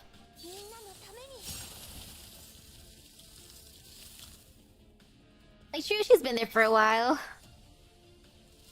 And hopefully it's all good memories for her. She overrides control access. No more password blocks. She now has complete access to the archive database. Data floods into her neural cloud. She quickly spots the entry she needs. Found it. Inessa Grigorievna Chernova. Let's see if this will lead to any clues about Una. Excerpt from counseling session audio log number 700123. Inessa Grigorievna Chernova. Counselor, then let's begin. Inessa, alright. Counselor, when you came in just now, I noticed you kept staring at this painting. Is there something special about it? Inessa, the girl in the painting looks a lot like my daughter. You think this is a HIPAA violation? Counselor, you have a daughter? 10 seconds of silence. Inessa, an adopted daughter, to be precise. Counselor, adopted? She must have an unusual background? Inessa, she's the orphan child of a colleague. Counselor, what happened to your colleague? 30 seconds of silence. Inessa, I can't say. Counselor, a painful memory? Inessa, yes. I was there when he died. He died for me, so I must raise his daughter well and provide her with the best life I can. This gift of life is incredibly heavy. Counselor, it sounds like she means a great deal to you. Inessa, she's my everything. Inessa, at first, I truly did see her as just my colleague's orphan, but over the years we spent together, she's become my daughter in every sense. Even if we're not biologically related, she's still my daughter. Counselor, aside from her, is there anyone or anything else that's important to you? For a person, having multiple emotional anchors is essential. 1 minute of silence. Inessa, sorry. Counselor, it's okay. There's no need to apologize. Let's talk about something else. Do you still engage in charity work? Inessa, yes. I occasionally donate to orphanages or take Una along to do volunteer work. Counselor, is Una your daughter? Did she like going to the orphanage? Inessa, I really enjoy doing that. She's such a kind child, always eager to help others. Counselor, she does sound like a well-behaved child. Inessa, more than just well-behaved, she's a strong sense of justice. Like a little son, she loves watching the news and gets upset about anything unjust. Even when I tell her, there's no such thing as a perfect fairness in the world, she insists that even so, she wants to do her part to make things a little more fair. Counselor, that sense of justice, did she pick it up from being around you? Inessa, no, she's not like me. When it comes to things like fairness and justice, I've long since... Sound of a vibrating communicator, rustling clothes, and a button being pressed. Inessa, sorry. Urgent work call. Counselor, no worries. Let's end the session here for today then. End of recording. Una is her adopted daughter? I should listen to another one. Excerpt from counseling session audio log number 700201. Inessa Grigorievna Chernova. Inessa, it's quite lively here today. Counselor, yes. There's a sharing event going on. The company even ordered some decent catering. How about a glass of Oldenlandia water? Inessa, what's that? Counselor, a beverage from my hometown. Apparently, it was all the rage ages ago because of its unique taste. And now it's back in production. Wanna try it? Oh no! Is this one of the drugs? Or is this just like a fancy drink? A fancy... canned good? Uh-oh. Hey, hello, hello? Inessa, no. I don't drink anything from outside. Counselor, professional habit? 5 seconds later. Inessa, you could say that. Counselor, that's fine. Let's talk about your hometown. Are there any distinctive foods? Inessa, mud cakes, dried grass. Counselor, sounds unappetizing. Inessa, in the contamination zones, having anything to eat at all is considered lucky. Counselor, you were born in a contamination zone? Inessa, yes. Counselor, it must have been hard to climb all the way from there to your current position. Rustling of clothes. Inessa, it was easy, also very hard. I sold my soul to get to where I am now. From this position, I have to do some very dangerous things. Whether I move forward or back, it's an abyss either way. Counselor, then your soul must be of great value. Inessa, a value that can be discarded at any time. Counselor, let me ask you something. As an individual, would you rather be abandoned or choose to give up something yourself? 1 minute of silence, fabric rustling. Inessa, neither. I don't want to lose anything. Counselor, you mean, if you give up your current position, you'll be left with nothing, right? Inessa, Yes. Counselor, you'd lose your daughter too? Inessa, I don't know. My daughter loves police dramas. She's always looked up to me. I'm afraid that if she found out the truth about what I do, she'd be disappointed and leave me. I can't accept that. I wouldn't be able to bear it. Counselor, 1 moment. Before we go any further, I need to confirm something. Your work doesn't involve any illegal or criminal activities, does it? 30 seconds of silence. Inessa, of course not. Counselor, so it's not illegal or criminal, but it's something you cannot openly talk about, is that right? Inessa, yes. Counselor, that's fine.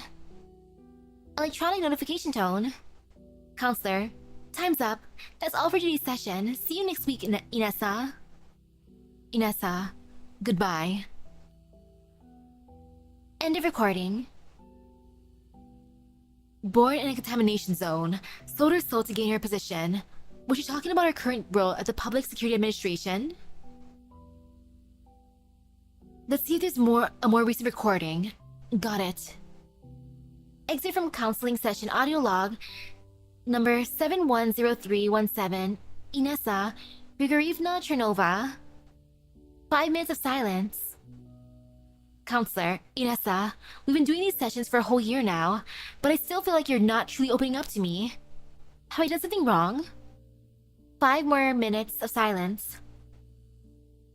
Counselor, I read your health report. Both your depression and anxiety have grown more severe. Are you sure coming here every week is actually helping? Inessa, it is. 8 minutes of silence. Counselor, I won't pressure you to reveal more than you're comfortable with, but I do have to remind you, if our conversations continue to be brief and unfocused, then the time and money you're spending here might not be giving you the value that they could, or they should. Hey, hello? Ooh, I hope the sleep was good. 10 seconds of silence.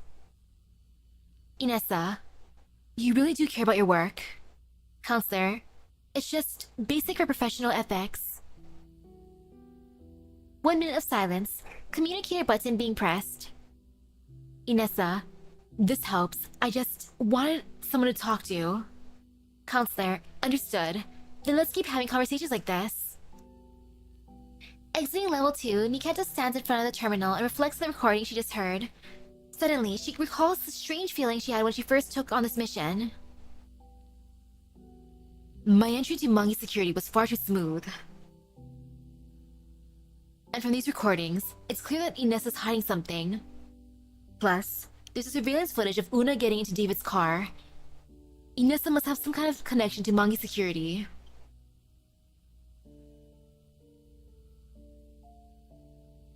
Nikketa remembers the bloodstained badge. I need to record all this fragmented information and analyze it later. Right now, the top priority is finding Una. Una? Una seems like such a sweetheart.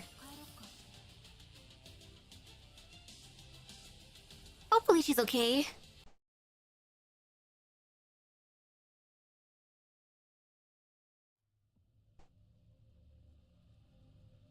Well, it seems like she can't leave, unfortunately. Ooh! Top 6 in Gunsmoke. Missed the top 5 rewards. Aw, man. That 1%. Oof. Nikketa drives a transport truck along the roads of the contamination zone, occasionally pulling up a second map for comparison. Order 20710209. Same route, but the transportation time is nearly doubled, the usual duration. Listed reason, a collapse storm. But it was a clear day, no such storm occurred. It must have been something else. Warning, you're off route, recalculating. Nikketa ignores the system alert and turns on a different fork in the road. As they pass a massive landfill, Kulek, who has been quietly lying in the the passenger seat, suddenly sits up and starts barking out the window. Yeah, a series about love and hope. Totally. Are you picking up a scent familiar to the blood sample? Woof woof. Alright, let's get out of here. Following Kulek, Nikketa enters the sprawling trash mounds that stretch for kilometers. Rubble, scrap metal, it's like a world long abandoned. Kulek leaps to an elevated spot, raises his head and gently shakes it as if trying to pinpoint a scent in the air. Before Kulek can make a move, Nikketa hears footsteps behind her. Who's there? Hey, how many times did I say it? This is my turf. You think you can mess with my thing, with the king of this dump, without facing his gun? Ow! Before he can even draw his pistol, a searing pain shoots through his wrist. He looks closely and realizes the doll, who was some distance away just a moment ago, is now standing silently right in front of him, gripping his wrist tightly. His gun clatters to the ground. Ow, ow, mercy, please, brave warrior. Take whatever you want, scavenge all you like. I'm not here to scavenge. I just need you to answer a few questions. You got it, I swear. I'll tell you everything I know, ma'am. Have you seen this man before? Nikketa pulls out a photo of David from her terminal and shows it to him. This guy. I don't recognize the face, but... The scavenger squints at the terminal, then slaps his forehead. Oh! That outfit. I've seen it before. A few months back, on the other side of the trash hill, he looked like he was burying something. When I saw him, he was facing off with some elids. Burying what? Oh man, let me tell you, I was scared shitless. He had this black plastic bag that was surrounded by elids to escape. He hurled the bag at them. Guess what? They ripped it open, and the corpse fell out. Ugh, intestines and fingers flying everywhere, just like a horror flick. The scavenger gestures animately, but Nikketa's expression grows grim. Where exactly did this happen? Take me there. Is this a murder case? Am I helping solve the case? Cut the nonsense and move.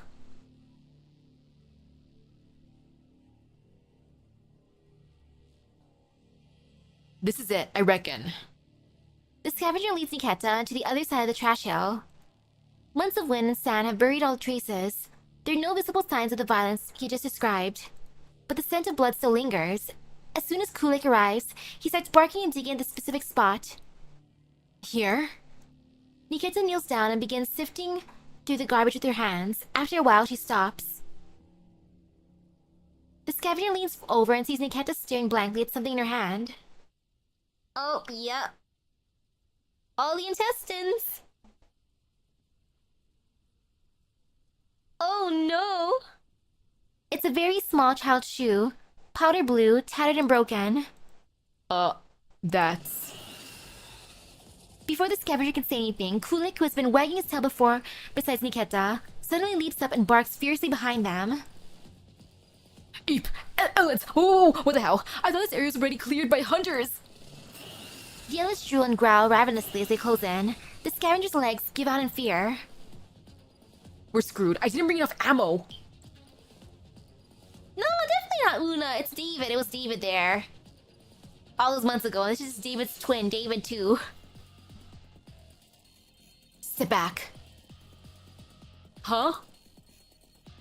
The scavenger stares dumbly as Nikketa steps forward and plants herself in front of him. She cuts a sharp and resolute figure. I said, step back. Leave this to me. Yeah, it's Uno. Not Una, Uno. Or oh no.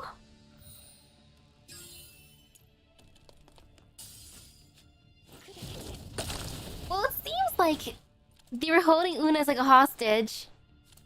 Saying that she's in her swimming lessons and stuff. Like, she is fine. She's just taking her swimming lesson right now. Just oof. She forgot to shout their name when they were down to one card.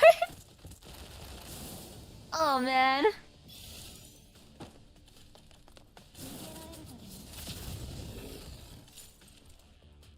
Just oof.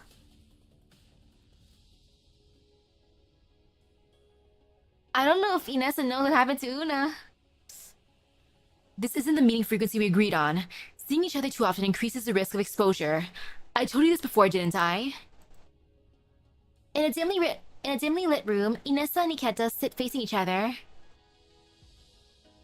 Oh, in the future, draw force replace a tie. Inessa seems irritated. Gone is the warmth and friendliness she showed at their initial meeting. So, what do you want this time? I'll be direct, Inessa.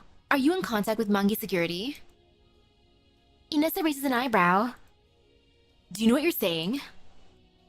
I suspect my superior is a mole for Mangi Security. To make that kind of accusation, you must have quite a bit of evidence. Go on then. Not hard proof, but... Then save it. I didn't expect the doll to be delusional. Or maybe, the alleged performance defects of your frame model, the ones used to justify your dismissal, weren't fabricated after all? Inessa remains unfazed. Listen, Nikketa. If you don't want this mission, you can back out. I only picked you because you seem to understand the concepts of justice and duty better than any other dolls. In other words, you're the best option, but not the only one.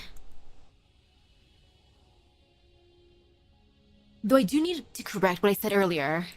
Given your performance so far, if you do choose to quit, I won't allow you to return to the Public Security Administration. In fact, I'll request to have all of your neural logs purged, just to ensure no confidential information leaks.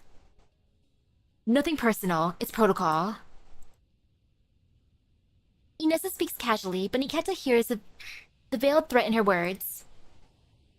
I don't care what you think of me, but you do seem to be contradicting yourself.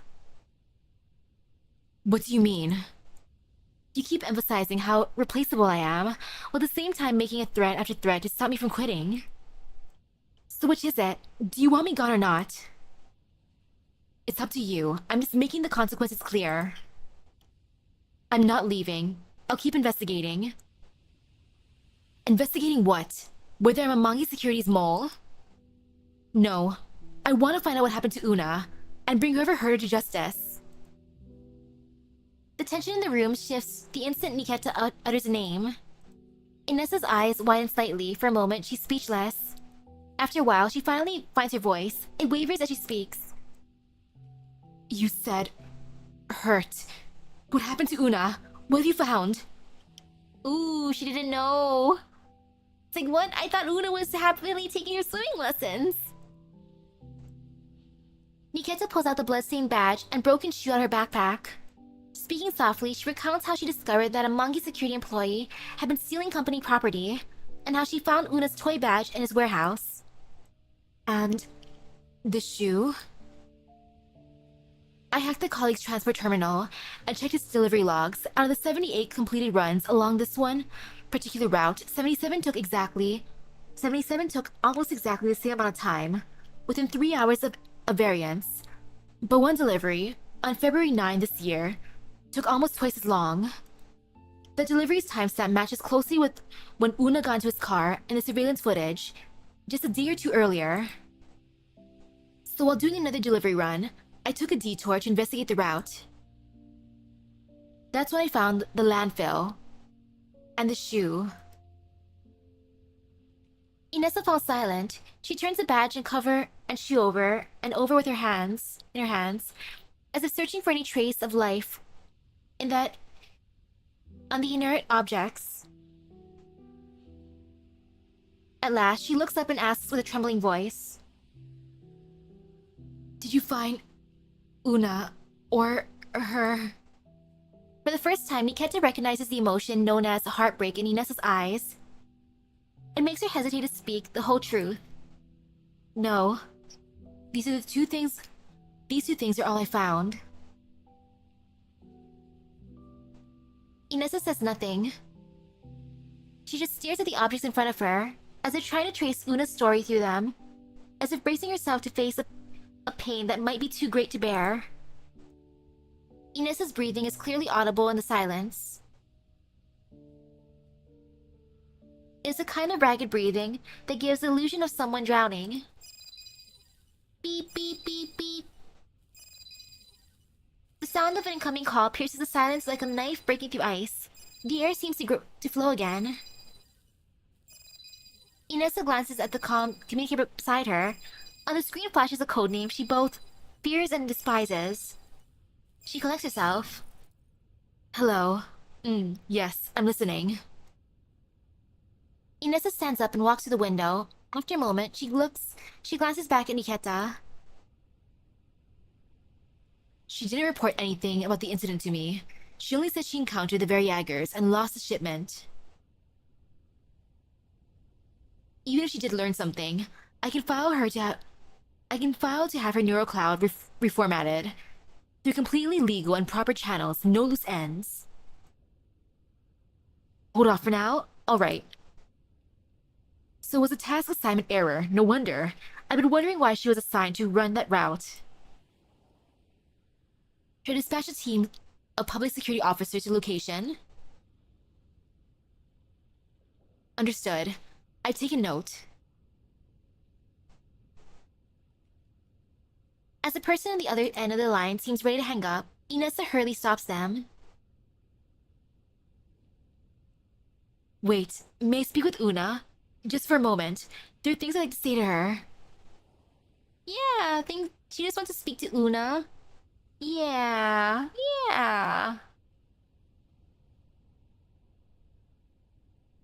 We'll be allowed to meet after the mission?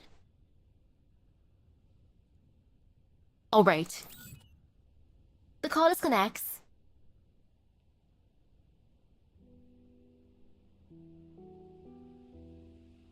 Inessa remains by the window, outside. A light rain begins to fall. Droplets trail down the glass, passing over her reflected face and vanishing into the night. Maybe it wasn't even Una's. The probability isn't absolute. But who was it?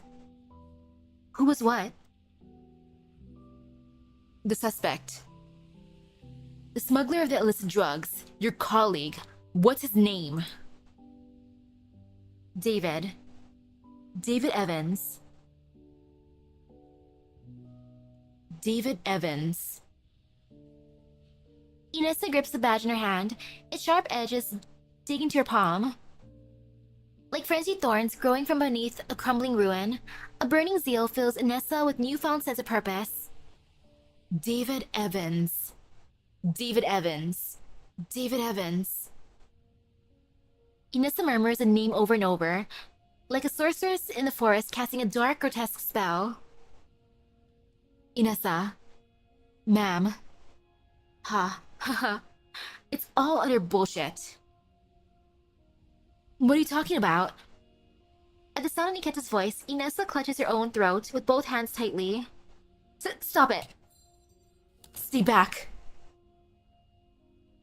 Inessa gasps for breath, her nails digging into her neck. After a while, her breathing steadies and her eyes slowly clear.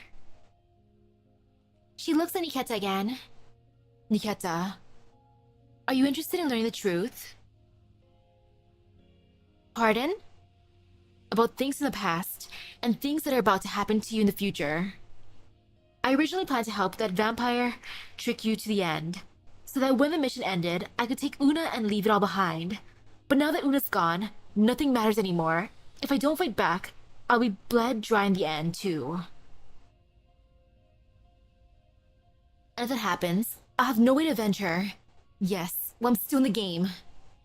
Nikketa sees a dark flame dancing in Inessa's eyes. Yep, this is all for Una. The all-consuming flame of hatred. But this intel doesn't come free. I need your help.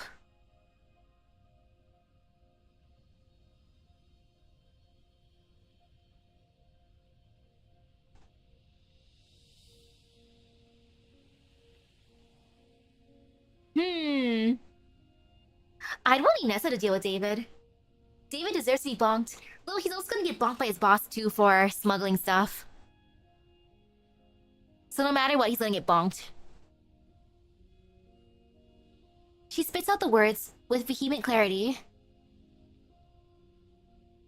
Oh gosh, no, the lady from the orphanage. David doesn't even deserve her. Like, if only she knew. It's like, David's a scumbag. She spits out the words with vehement clarity. I want revenge.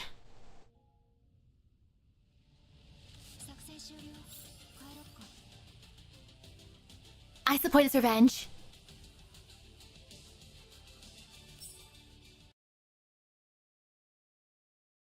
Let's bonk David. At dusk, several monkey security transport trucks enter the docks of the port. We've arrived at the port. There's 3 more cargo zones until we reach the target location. Listen carefully, Nikketa. I'll repeat this one more time. Your mission this time, officially, is to restock the goods that were lost in the previous delivery. But due to the supplier's last-minute schedule change, they can no longer make the delivery. You and your team are to collect the cargo yourselves. However, this is in fact an abduction targeting you. An armed group will intercept you shortly.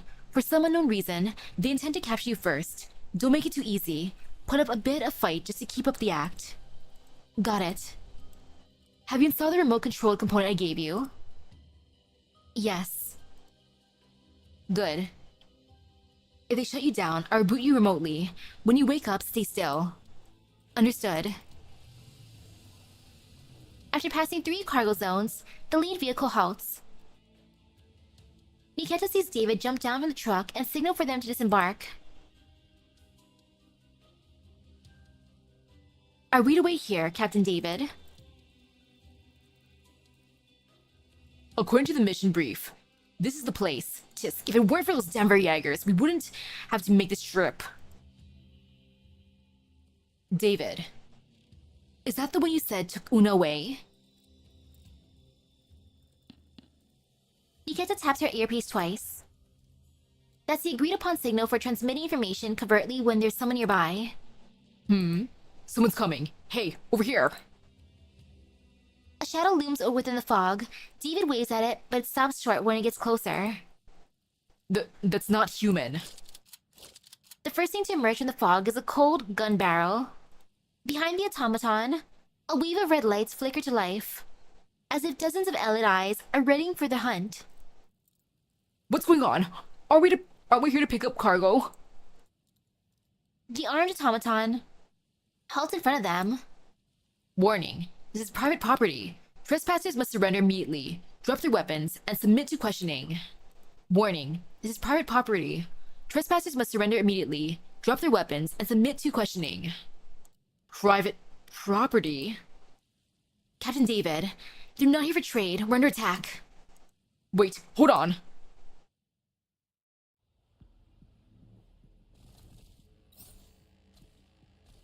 Combat start. Like, oh no, Captain David got shot during this time. Aw, man. Oops. Captain David, how clumsy of you. Totally.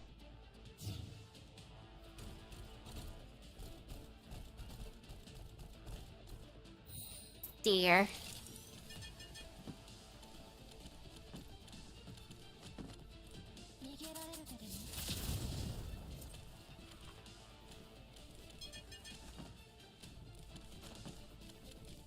Oh man, I hope David does get bonked. Make him lose his job too, and then bonked. It seems Captain David has bound his arms and legs and shot himself twice in the back of the head during battle. Such a shame. Seeing that they are outnumbered, many members of the transport team drop their weapons to save their own necks. Seizing the moment, Nikketa suddenly twists her ankle and collapses on the spot. The attacking automaton takes the bait and slams its arm into Nikketa's side. I got hit. Nikketa feigns pain and flops to the ground. That was not very convincing. No? But they're low-grade droids, not dolls. They probably won't notice. Good. Good thing they're just droids. Nikketa lies motionless. She feels one of the automatons move to her side. Target secured. Now executing force shutdown.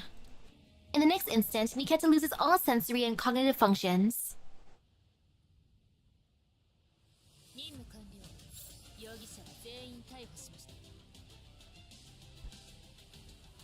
I know, right? Gosh, I had to sneeze. Nikketa's improv is too good. I can see why they didn't tell. I can see why Inessa didn't want to tell her first thing about the mission. Yeah, I understand. I get it. Nikketa, you're adorable. But oh my goodness, you're acting like, oh no, I twisted my ankle. Ow. Frame function check complete. System self-diagnostic complete. Power supply activated. Remaining power 100%. Accessing neural backup. Connection established. Loading neural cloud 5%, 20%, 35%. When her senses return, Nikketa keeps her eyes closed. Through her sense of touch and internal sensors, she can tell that she is lying flat, her body rocking gently in transit. The journey seems steady. Nikketa opens her eyes just to crack.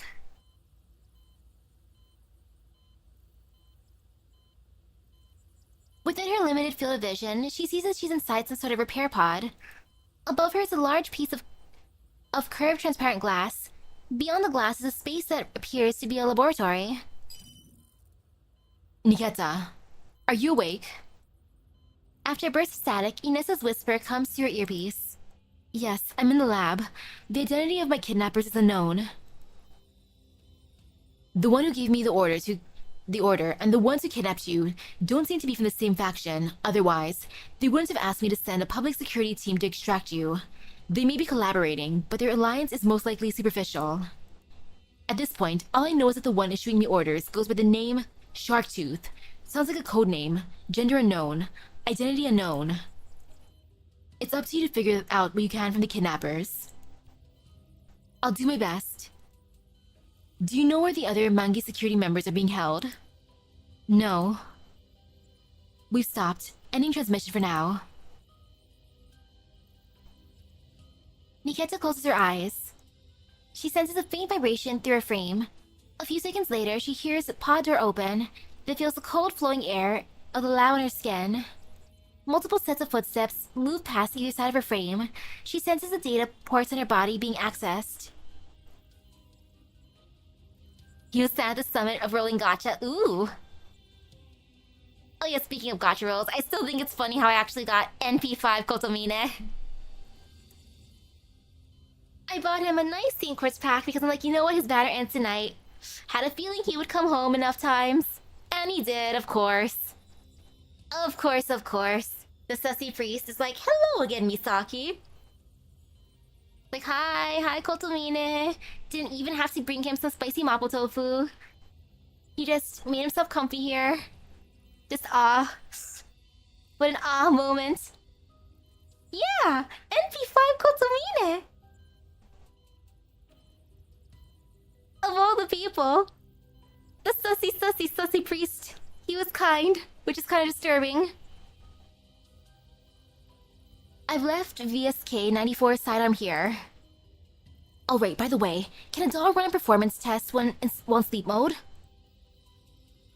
Yeah, with the latest upgrade, that function's included.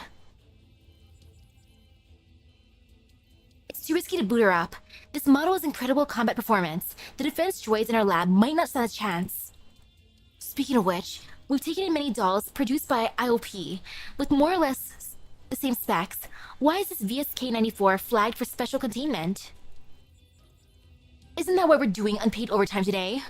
Oh no, not the unpaid overtime! Stop speculating. Just get to work. Nikketa feels data cables plugged into her ports. Some large machinery hums from a short distance, and the footsteps gradually fade away. She opens her eyes slightly and sees a few researchers gathered around an electronic screen, engaged in discussion. Aside from the exceptionally high combat performance, I'm not really seeing anything special here. So should we report the findings as is? What if the brass gets mad that we found nothing after they caused such a stir? Maybe we should dismantle her frame and inspect it thoroughly. Could be some hidden firmware, only triggered under special conditions. Routine tests wouldn't pick that up. It's possible, but we need to relocate. The equipment here is insufficient. What does it say the target frame is Before the researcher can react, a swift strike from behind knocks him out cold.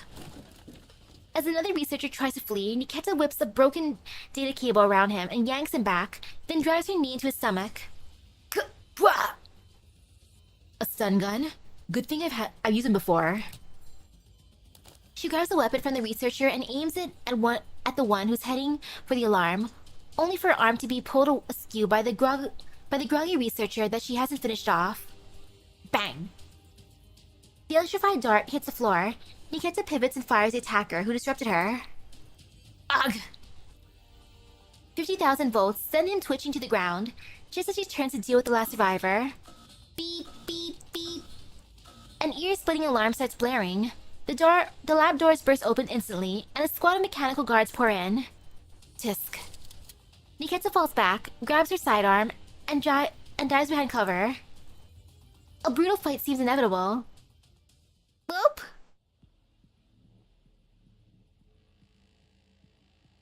They said she's strong enough to defeat the droids, though. It's fine.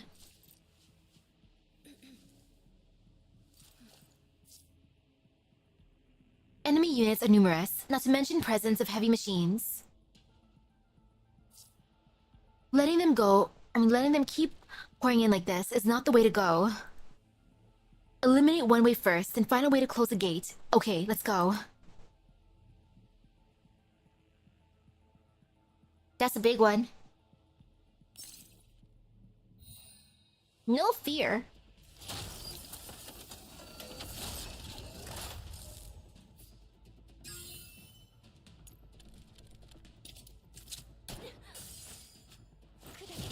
Ta-da! No fear, no pain.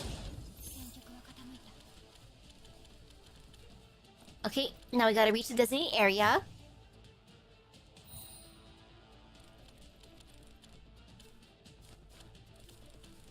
Almost there. Next turn for sure. If only one of them has to go there anyways, it's all good. Good job, Suomi. Ta-da! Kluka is all could have let her reach it. Nikketa manages to get the lab doors to slam shut, locking out most of the reinforcements. Nikketa quickly dispatches the remaining defense automatons inside. Then she catches sight of a sneaky figure trying to slink away. Hey, stop right there. Eek! It's the researcher who evaded her shot and hit the alarm. While she fumbles on the floor for a dropped weapon, Nikketa strides over. Stay back! Save yourself the effort. You can't beat me in a fight. Now get over here. She twists the woman's arm and shoves her to the lab terminal. Unlock it. No! Nikketa fires a shot near her feet. The blast makes the researcher flinch and cower. Don't shoot! I'll do it! The terminal is soon unlocked.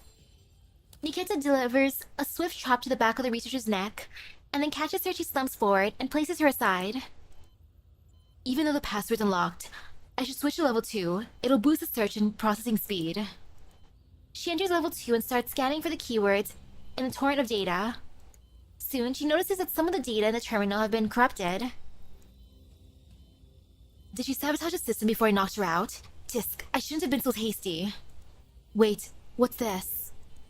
She opens an attachment with an email and finds a list.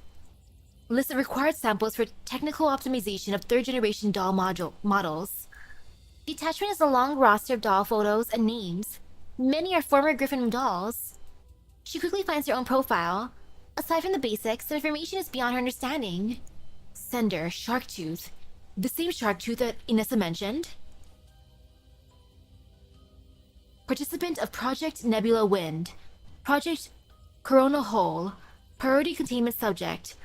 What on earth are these? Scrolling further, she spots two familiar faces. OTs 14 and DP 2?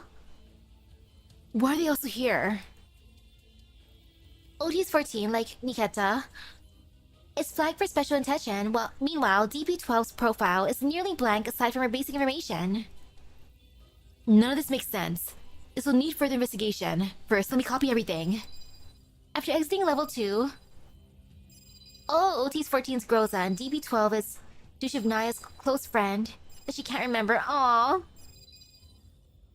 After exiting level 2, she hears pounding from outside the doors. At the same time, a call from Inessa comes through.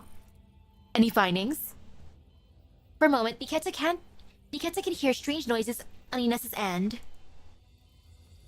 This seems to be a temporary lab. Useful data is scarce, but I did find some things. Sending them to you now. Wait, what's the whimpering sound? It's Kulek, don't you remember? You left it with me. Things also sound pretty bad on your end. The security droids are about to breach. I've got 5 minutes max. She hit send. The progress bar crawls slowly on the terminal screen. Should be enough. My public security team's in position around the building. By the way, are you really set on this? Nikketa tosses an unconscious researchers into a repair pod and shuts the lid, and starts searching for disassembly tools. Set on what? Staying with Mongi security. Wasn't that the plan we discussed? Finding the tools, Nikketa sits and begins dismantling her own leg. Going undercover isn't easy. The pressure of being discovered is one thing, but worse is having to do things that go against your values. We fought about this before, and even though you complied, I know you didn't agree with that. I didn't. That's why I kept digging. I've already reported the Erdis lead to the proper authorities. The wax on it. She removes several micro-explosives from her open frame. She plants them on the doors and the terminal.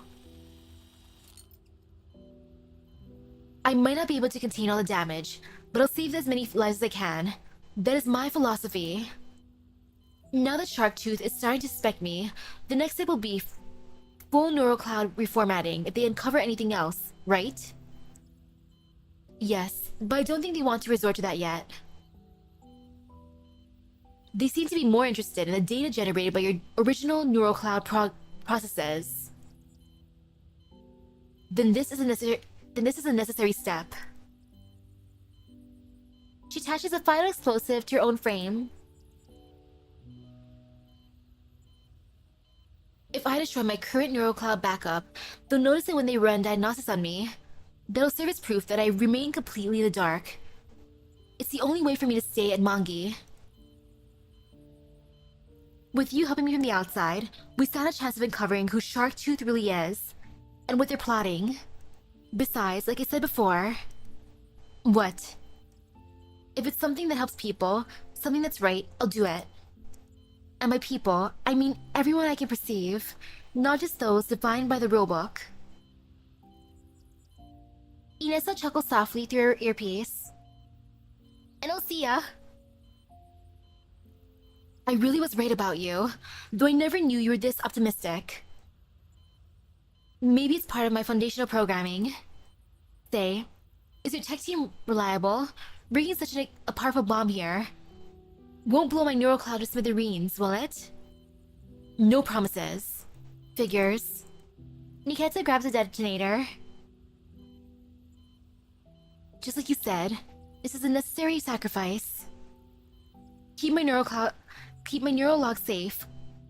I'll see you on the other side. With that, Nikketa presses the detonator button without hesitation.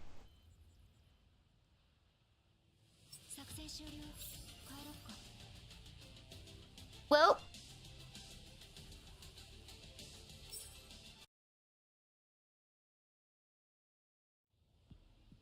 Okay, it's not the end yet, that's good. Because we still haven't bonked David. Freaking David. Or do we not get to bonk David? I want to bonk David. Please. Just a little bonk, please.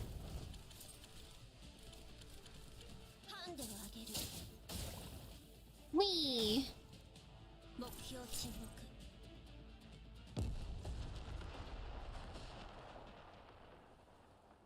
Next man is actually David. You'll be recruited. He's a new ally. No! Oh, that would be so disturbing, but at the same time, it'd be funny to make him work at the base. A thunderous explosion erupts from the other end of the call. Inessa doesn't linger. She switches her comms to another channel while keeping her gun-wielding hand raised and steady. Breach now. Get Nikketa out. Detain the rest of the monkey security personnel. One's missing. Something nudges her weapon. Inessa glances down and then presses her gun harder against its target. Oh! Ooh!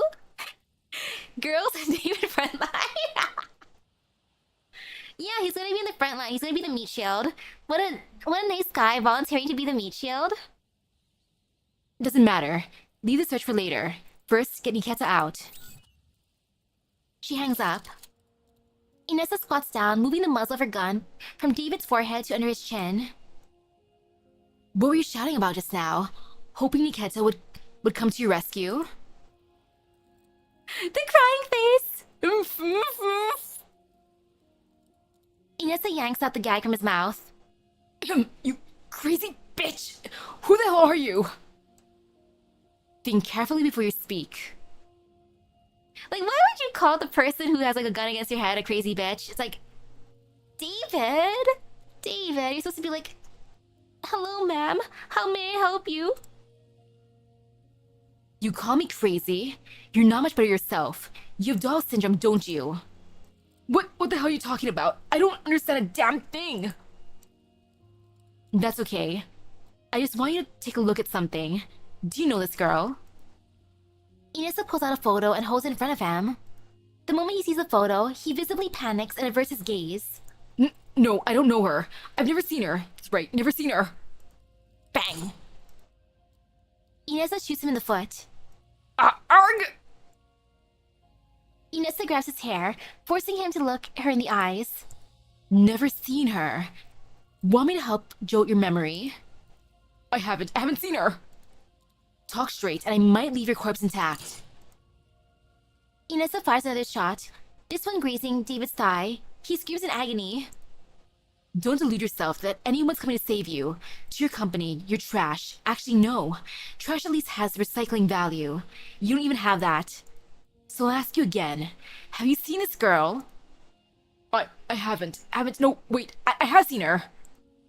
David's expression goes blank. His terror transforms into mania. I have seen her, but it wasn't a person. It was a doll that looked just like her. What I killed was a doll. It was a doll, so it didn't really count as killing, right? Disassembled, damaged, destroyed. Anyway, I did nothing wrong. What I destroyed was a doll. Beneath her sleeve, veins bulge along Inessa's arm. She takes a deep breath and steadies her voice. So who left David in charge of Una? It's like, okay, we're gonna have Una here, so that we'll have Inessa's cooperation. Who looks free and reliable. David! Clearly David seems like a reliable fellow. Let's leave Una with him. Totally. Beneath her sleeve, veins bulge out along Inessa's arm. She takes a deep breath and steadies her voice.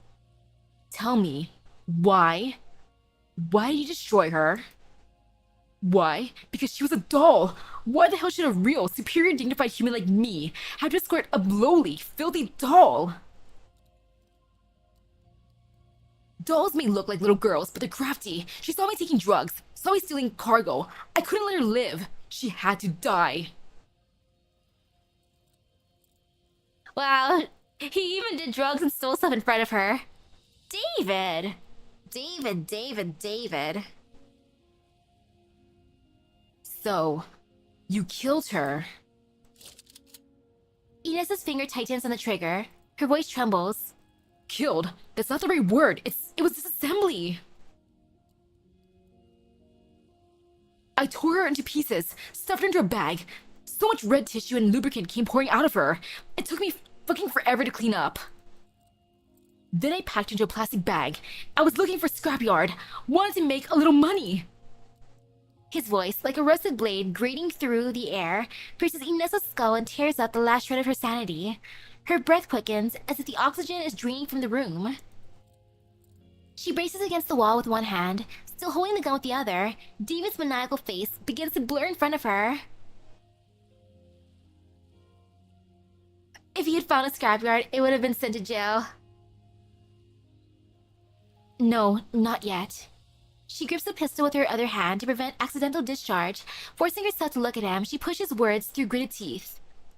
And then I found a garbage dump, but I ran into Elids on the way. Couldn't let myself get eaten by Elids. I've got profitable gigs to run. So you used Una's body as bait to save yourself. There wasn't a body. Arg. Bang. Inessa can't take it anymore. She shoves the muzzle of her gun to David's hand and fires straight into his palm. Ugh! You killed her. You killed her. She was a person. She could feel pain. She could feel. She was alive. A human being. Next, she shoots him in the throat. How does that feel? The pain you feel now, that's what she felt. Even though I don't want to admit you're human, but this is what you did. I'm happy that she got her revenge. You go, Inessa. You murderer. You murderer! Broken sobs echo through the warehouse, but the gunshots continue. Bang, bang, bang. Eyes, thighs, mouth. Inessa keeps pulling the trigger, not noticing that the lifeless body has already stopped breathing. She fires the final bullet, then she lowers her arm. Before her lies a mangled, unrecognizable pile of flesh, crumpled grotesquely at her feet. Huff, huff.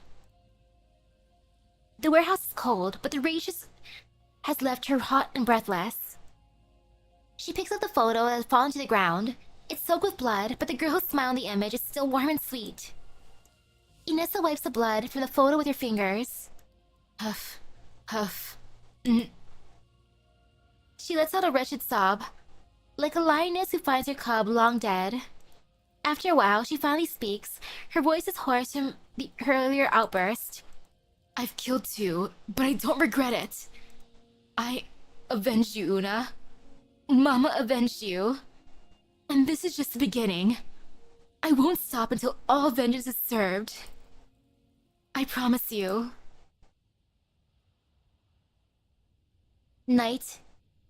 Beep, beep. 2071. He's extremely dissatisfied. This operation yielded no usable intel, and we lost the research facility for nothing. Worse yet, the Public Security Administration is now watching us. What do you intend to do about this? Please, don't worry. We'll take full responsibility.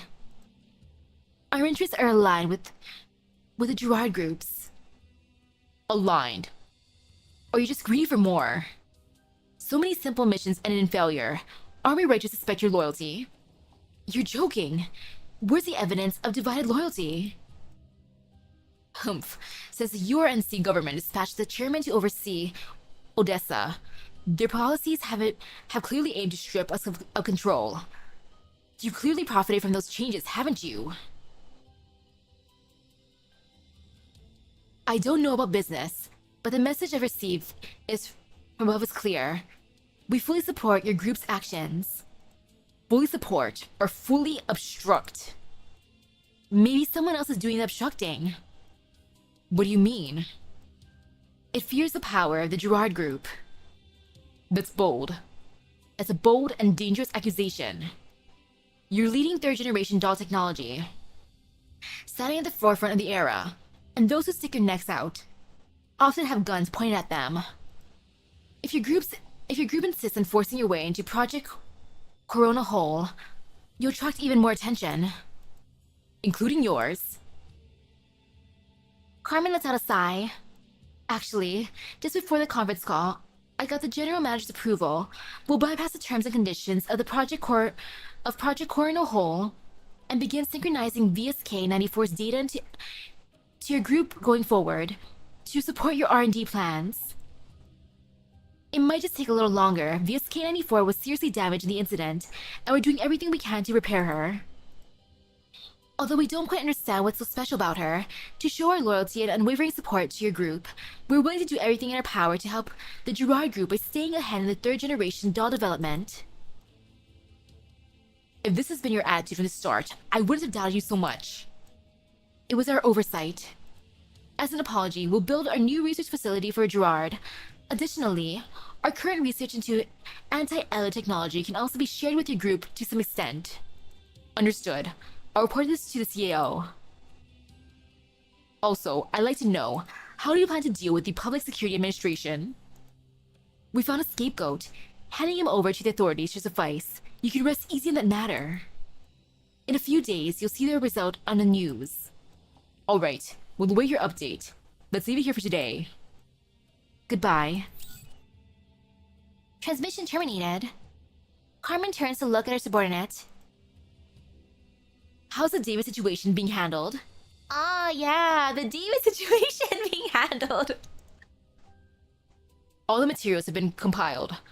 I'll be forwarding them to Miss Inessa shortly. Good. Smuggling illicit drugs, unauthorized access, triggering a mech riot, and killing an important bargaining chip. That man has outlived his usefulness. Dead men tell no tales. But we may lose our grip on Miss Inessa. Didn't we agree to let her meet her daughter after the mission? You mean? Carmen swirls her wine glass. The deep red liquid casts a somber hue across everything. Once the mission's over, let her meet her daughter. No. Miss Inessa's gonna be fine. We will protect Inessa. Oi. Like, come on. Like, I'm sure she'd want to meet her daughter too, but not like this. And now, a looming future. The future we all anticipate must be bright and clear. Ah, yes, so bright and clear, so happy, so much love. A month later. When Nikketa awakens again, Inessa's standing by the repair pod. She looks around. It's a small room, cozy and lived in. On a nearby cabinet, a cute plushie in a PSA uniform stares at her with beady eyes. Are you really sure about this? Didn't we have this conversation a month ago? Before the explosion? Ah, looks like the neural backup did sync properly. How's your month in Mongi security been? Same as before. Routine logistics missions. I inspected every shipment. No drugs. Lying low after what happened is only natural. They're biding their time. But honestly, are you really going to stay at Mongi security? Even if you avoided Shark Tooth's purge for now, based on what I know of them, they won't let go of their suspicions that easily. They've probably grown suspicious of me too. At this rate, the intel you'll be able to gather from inside might be negligible. Nikketa's silent for a moment. She steps out of the repair pod and flexes her joints. Did you see the report on David? I did. A few days after the lab incident, they named him the mastermind. He was already dead though, reportedly shot by the lab's mechanical guards by mistake. Just like you said, these security firms backed by major corporations always have ways to avoid liability. As long as they produce a scapegoat, the fallout is minimal. David was guilty, yes, but he was just a puppet. The puppeteer is still in the shadows. That's why I want to drag them out into sight, into the light. At first, I joined the Public Security Administration just to protect those around me, but now, I've realized that dealing with crimes in the open isn't enough. Nikketa walks through the window. Heavy clouds blot out the sun. The satellite city is waking again to continue its slow decay. You said earlier that they keep a tight leash on me, and the chances of me finding anything are slim, but slim doesn't mean none, does it? Especially since I still have something they want. Even if I can't obtain any intel, just being inside means there will be a time when I'm needed. Besides, Nikketa looks into the distance. I found a few former colleagues of mine on that list, which means this might be connected to Griffin too. And if it is, then someone I know will likely get implicated. Conspiracies and darkness fester in the shadows just beyond the sunlight. If I don't step in myself, I'll never uncover the sickness that lies beneath, and I won't be able to protect the things I truly want to protect. She turns back to face Inessa, her face in the shadow, but her blue eyes shine brightly. I don't want to lose anything important ever again. Inessa looks down at her hand and smiles. Only then does Nikketa notice the toy badge in Inessa's hand. The bloodstains on it have been wiped clean. You're a lot like Nikki. Nikki? She's a character from a cartoon that Una loved, a detective. Honest, righteous, selfless. No wonder Una adored her. No wonder she adored you. About Una. She always said that when she grew up, she wanted to be like me, to be a public security officer and protect the people of the satellite cities. One day, when she was still very young, I took her to the city's museum. That's where she first learned about the contamination zones. On the way home, she kept asking me, Mama, if I become a public security officer, can I protect the people in the contamination zones too? Una, the contamination zones aren't under the PSA's jurisdiction. Then where do I have to go to protect the people there? Well, Mama doesn't really know. Una, contamination zones are very big and very dangerous places. Isn't it better to stay in the satellite city? Mama protects the satellite cities. The little girl tugs on Inessa's hand. Mama came from the contamination zone too, right? I want to protect more people like you. Aww. Una was too precious for the world. Ooh. You think Inessa might have worked with Colleen in the past? That's fun. Sometimes I wonder, if someone like Una had rescued me from the contamination zone back then, would everything be different now? She treated everyone around her with such pure kindness. I'm not very good at comforting people. Inessa exhales deeply, pulling herself out of her emotions. No need to comfort me. I just figured, since we'll be working together long term, and trust is the foundation of cooperation, I might as well tell you a bit of my past. She straightens up slightly. I used to belong to the Neo-Soviet Military Special Intelligence Unit. I was embedded as an undercover agent in the URNC's public security system. The Neo-Soviet military? That's right. That faction's gone now, but back then, we were just pawns at the very bottom of the food chain.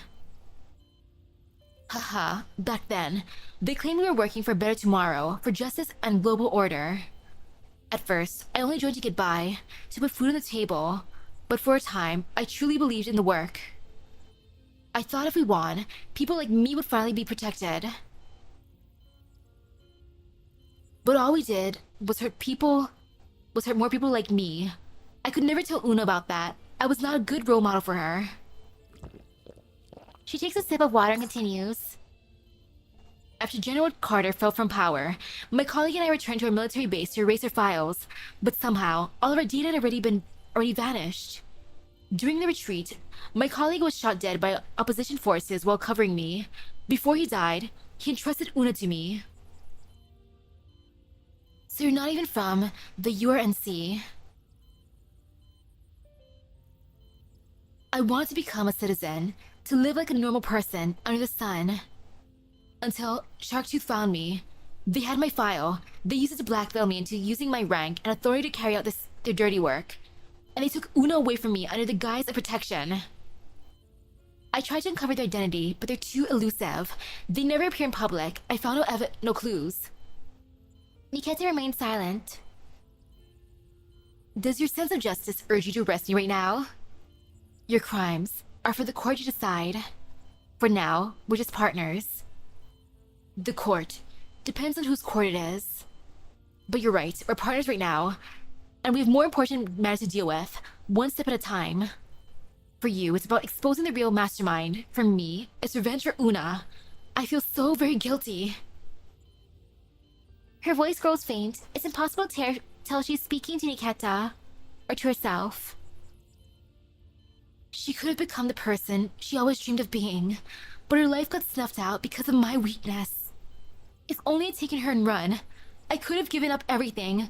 My status, my identity. She already became who she dreamed of being. Inessa watches as Nikketa walks over and takes the toy badge from her hand. Nikketa presses a few spots on the badge. Inessa's private terminal beeps. This is... She takes out her terminal and sees an unread message. Upon opening it, she finds a photo, taken from Nikketa's perspective, showing herself. Aw, she was the one who sent the anonymous tip. This toy badge is capable of taking and sending pictures. The anonymous informant who provided that photo you gave me before was Una. Inessa stares blankly at the photo.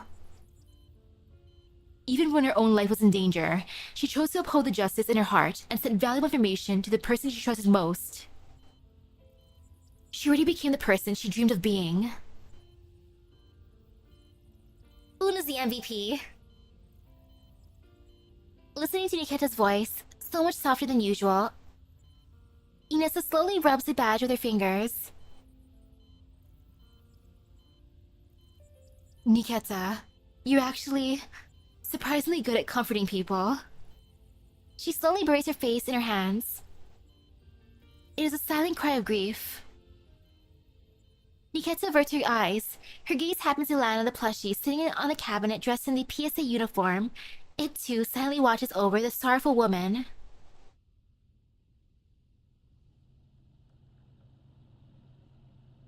That is what VSK-94, Nikketa, has gone through.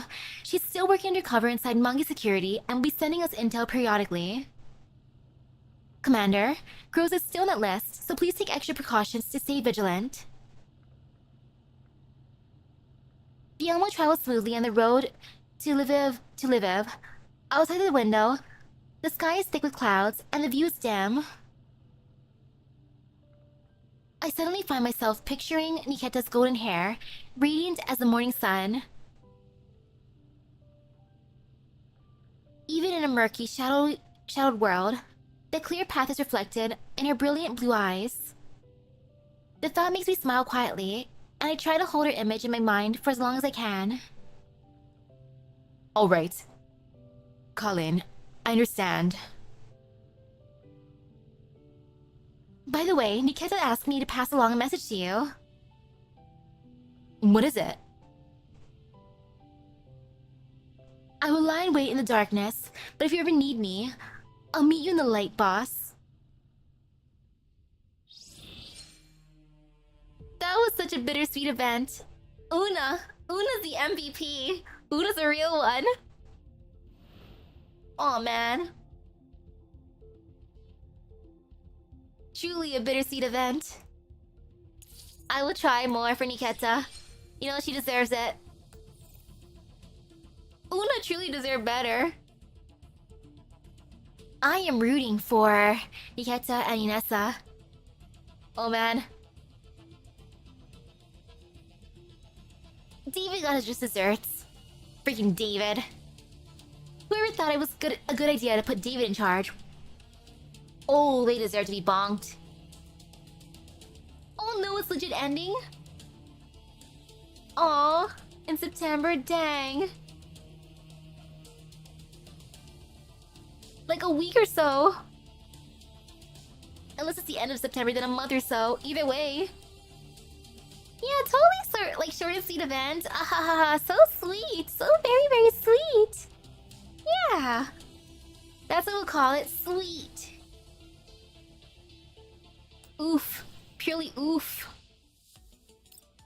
You know, I'll throw what I have right now at Nikketa.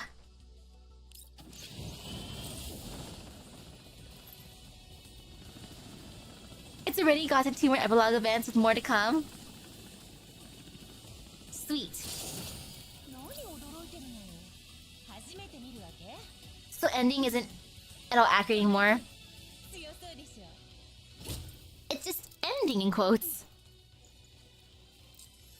And hey, Krolik.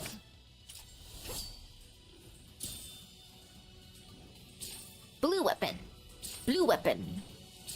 Blue weapon. Blue weapon. Blue weapon. Blue. Blue. Blue. Blue. Okay, that's about standard for my luck. Again.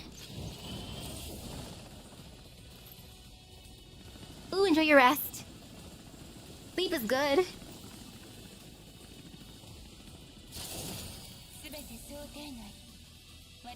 Wow, starting with purple again. That's a good sign. Hey, Girlza.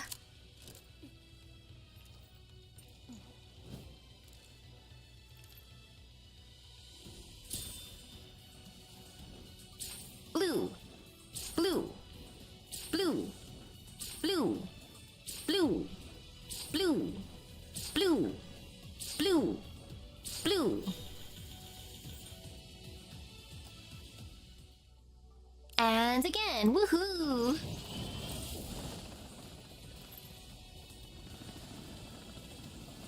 Luckily I can get more collapse pieces from the event. So I can summon more, yay, woohoo! Purple weapon. Blue. Blue. Blue. Blue. Blue. Blue. Blue. Blue. Blue. Look at my luck. It's so very, very... very the same. Not varied at all. You lost a 50-50 to Motion the Gods. Same. That's how I lost my 50-50 as well. Purple. Blue. Blue. Blue. Blue. Blue. Blue. Blue. Blue. Blue. Wow! Look at this pattern. The purple, blue, blue, blue, blue, blue, blue, blue. Ah! It's okay. It's fine. I'm just building up more luck. Oof. And look! 33 away from pity. Not bad at all. Cries. It's okay. I just gotta do this. Like the side quest stuffs. And then all is well. Woohoo! Ta-da! And Vipley is adorable.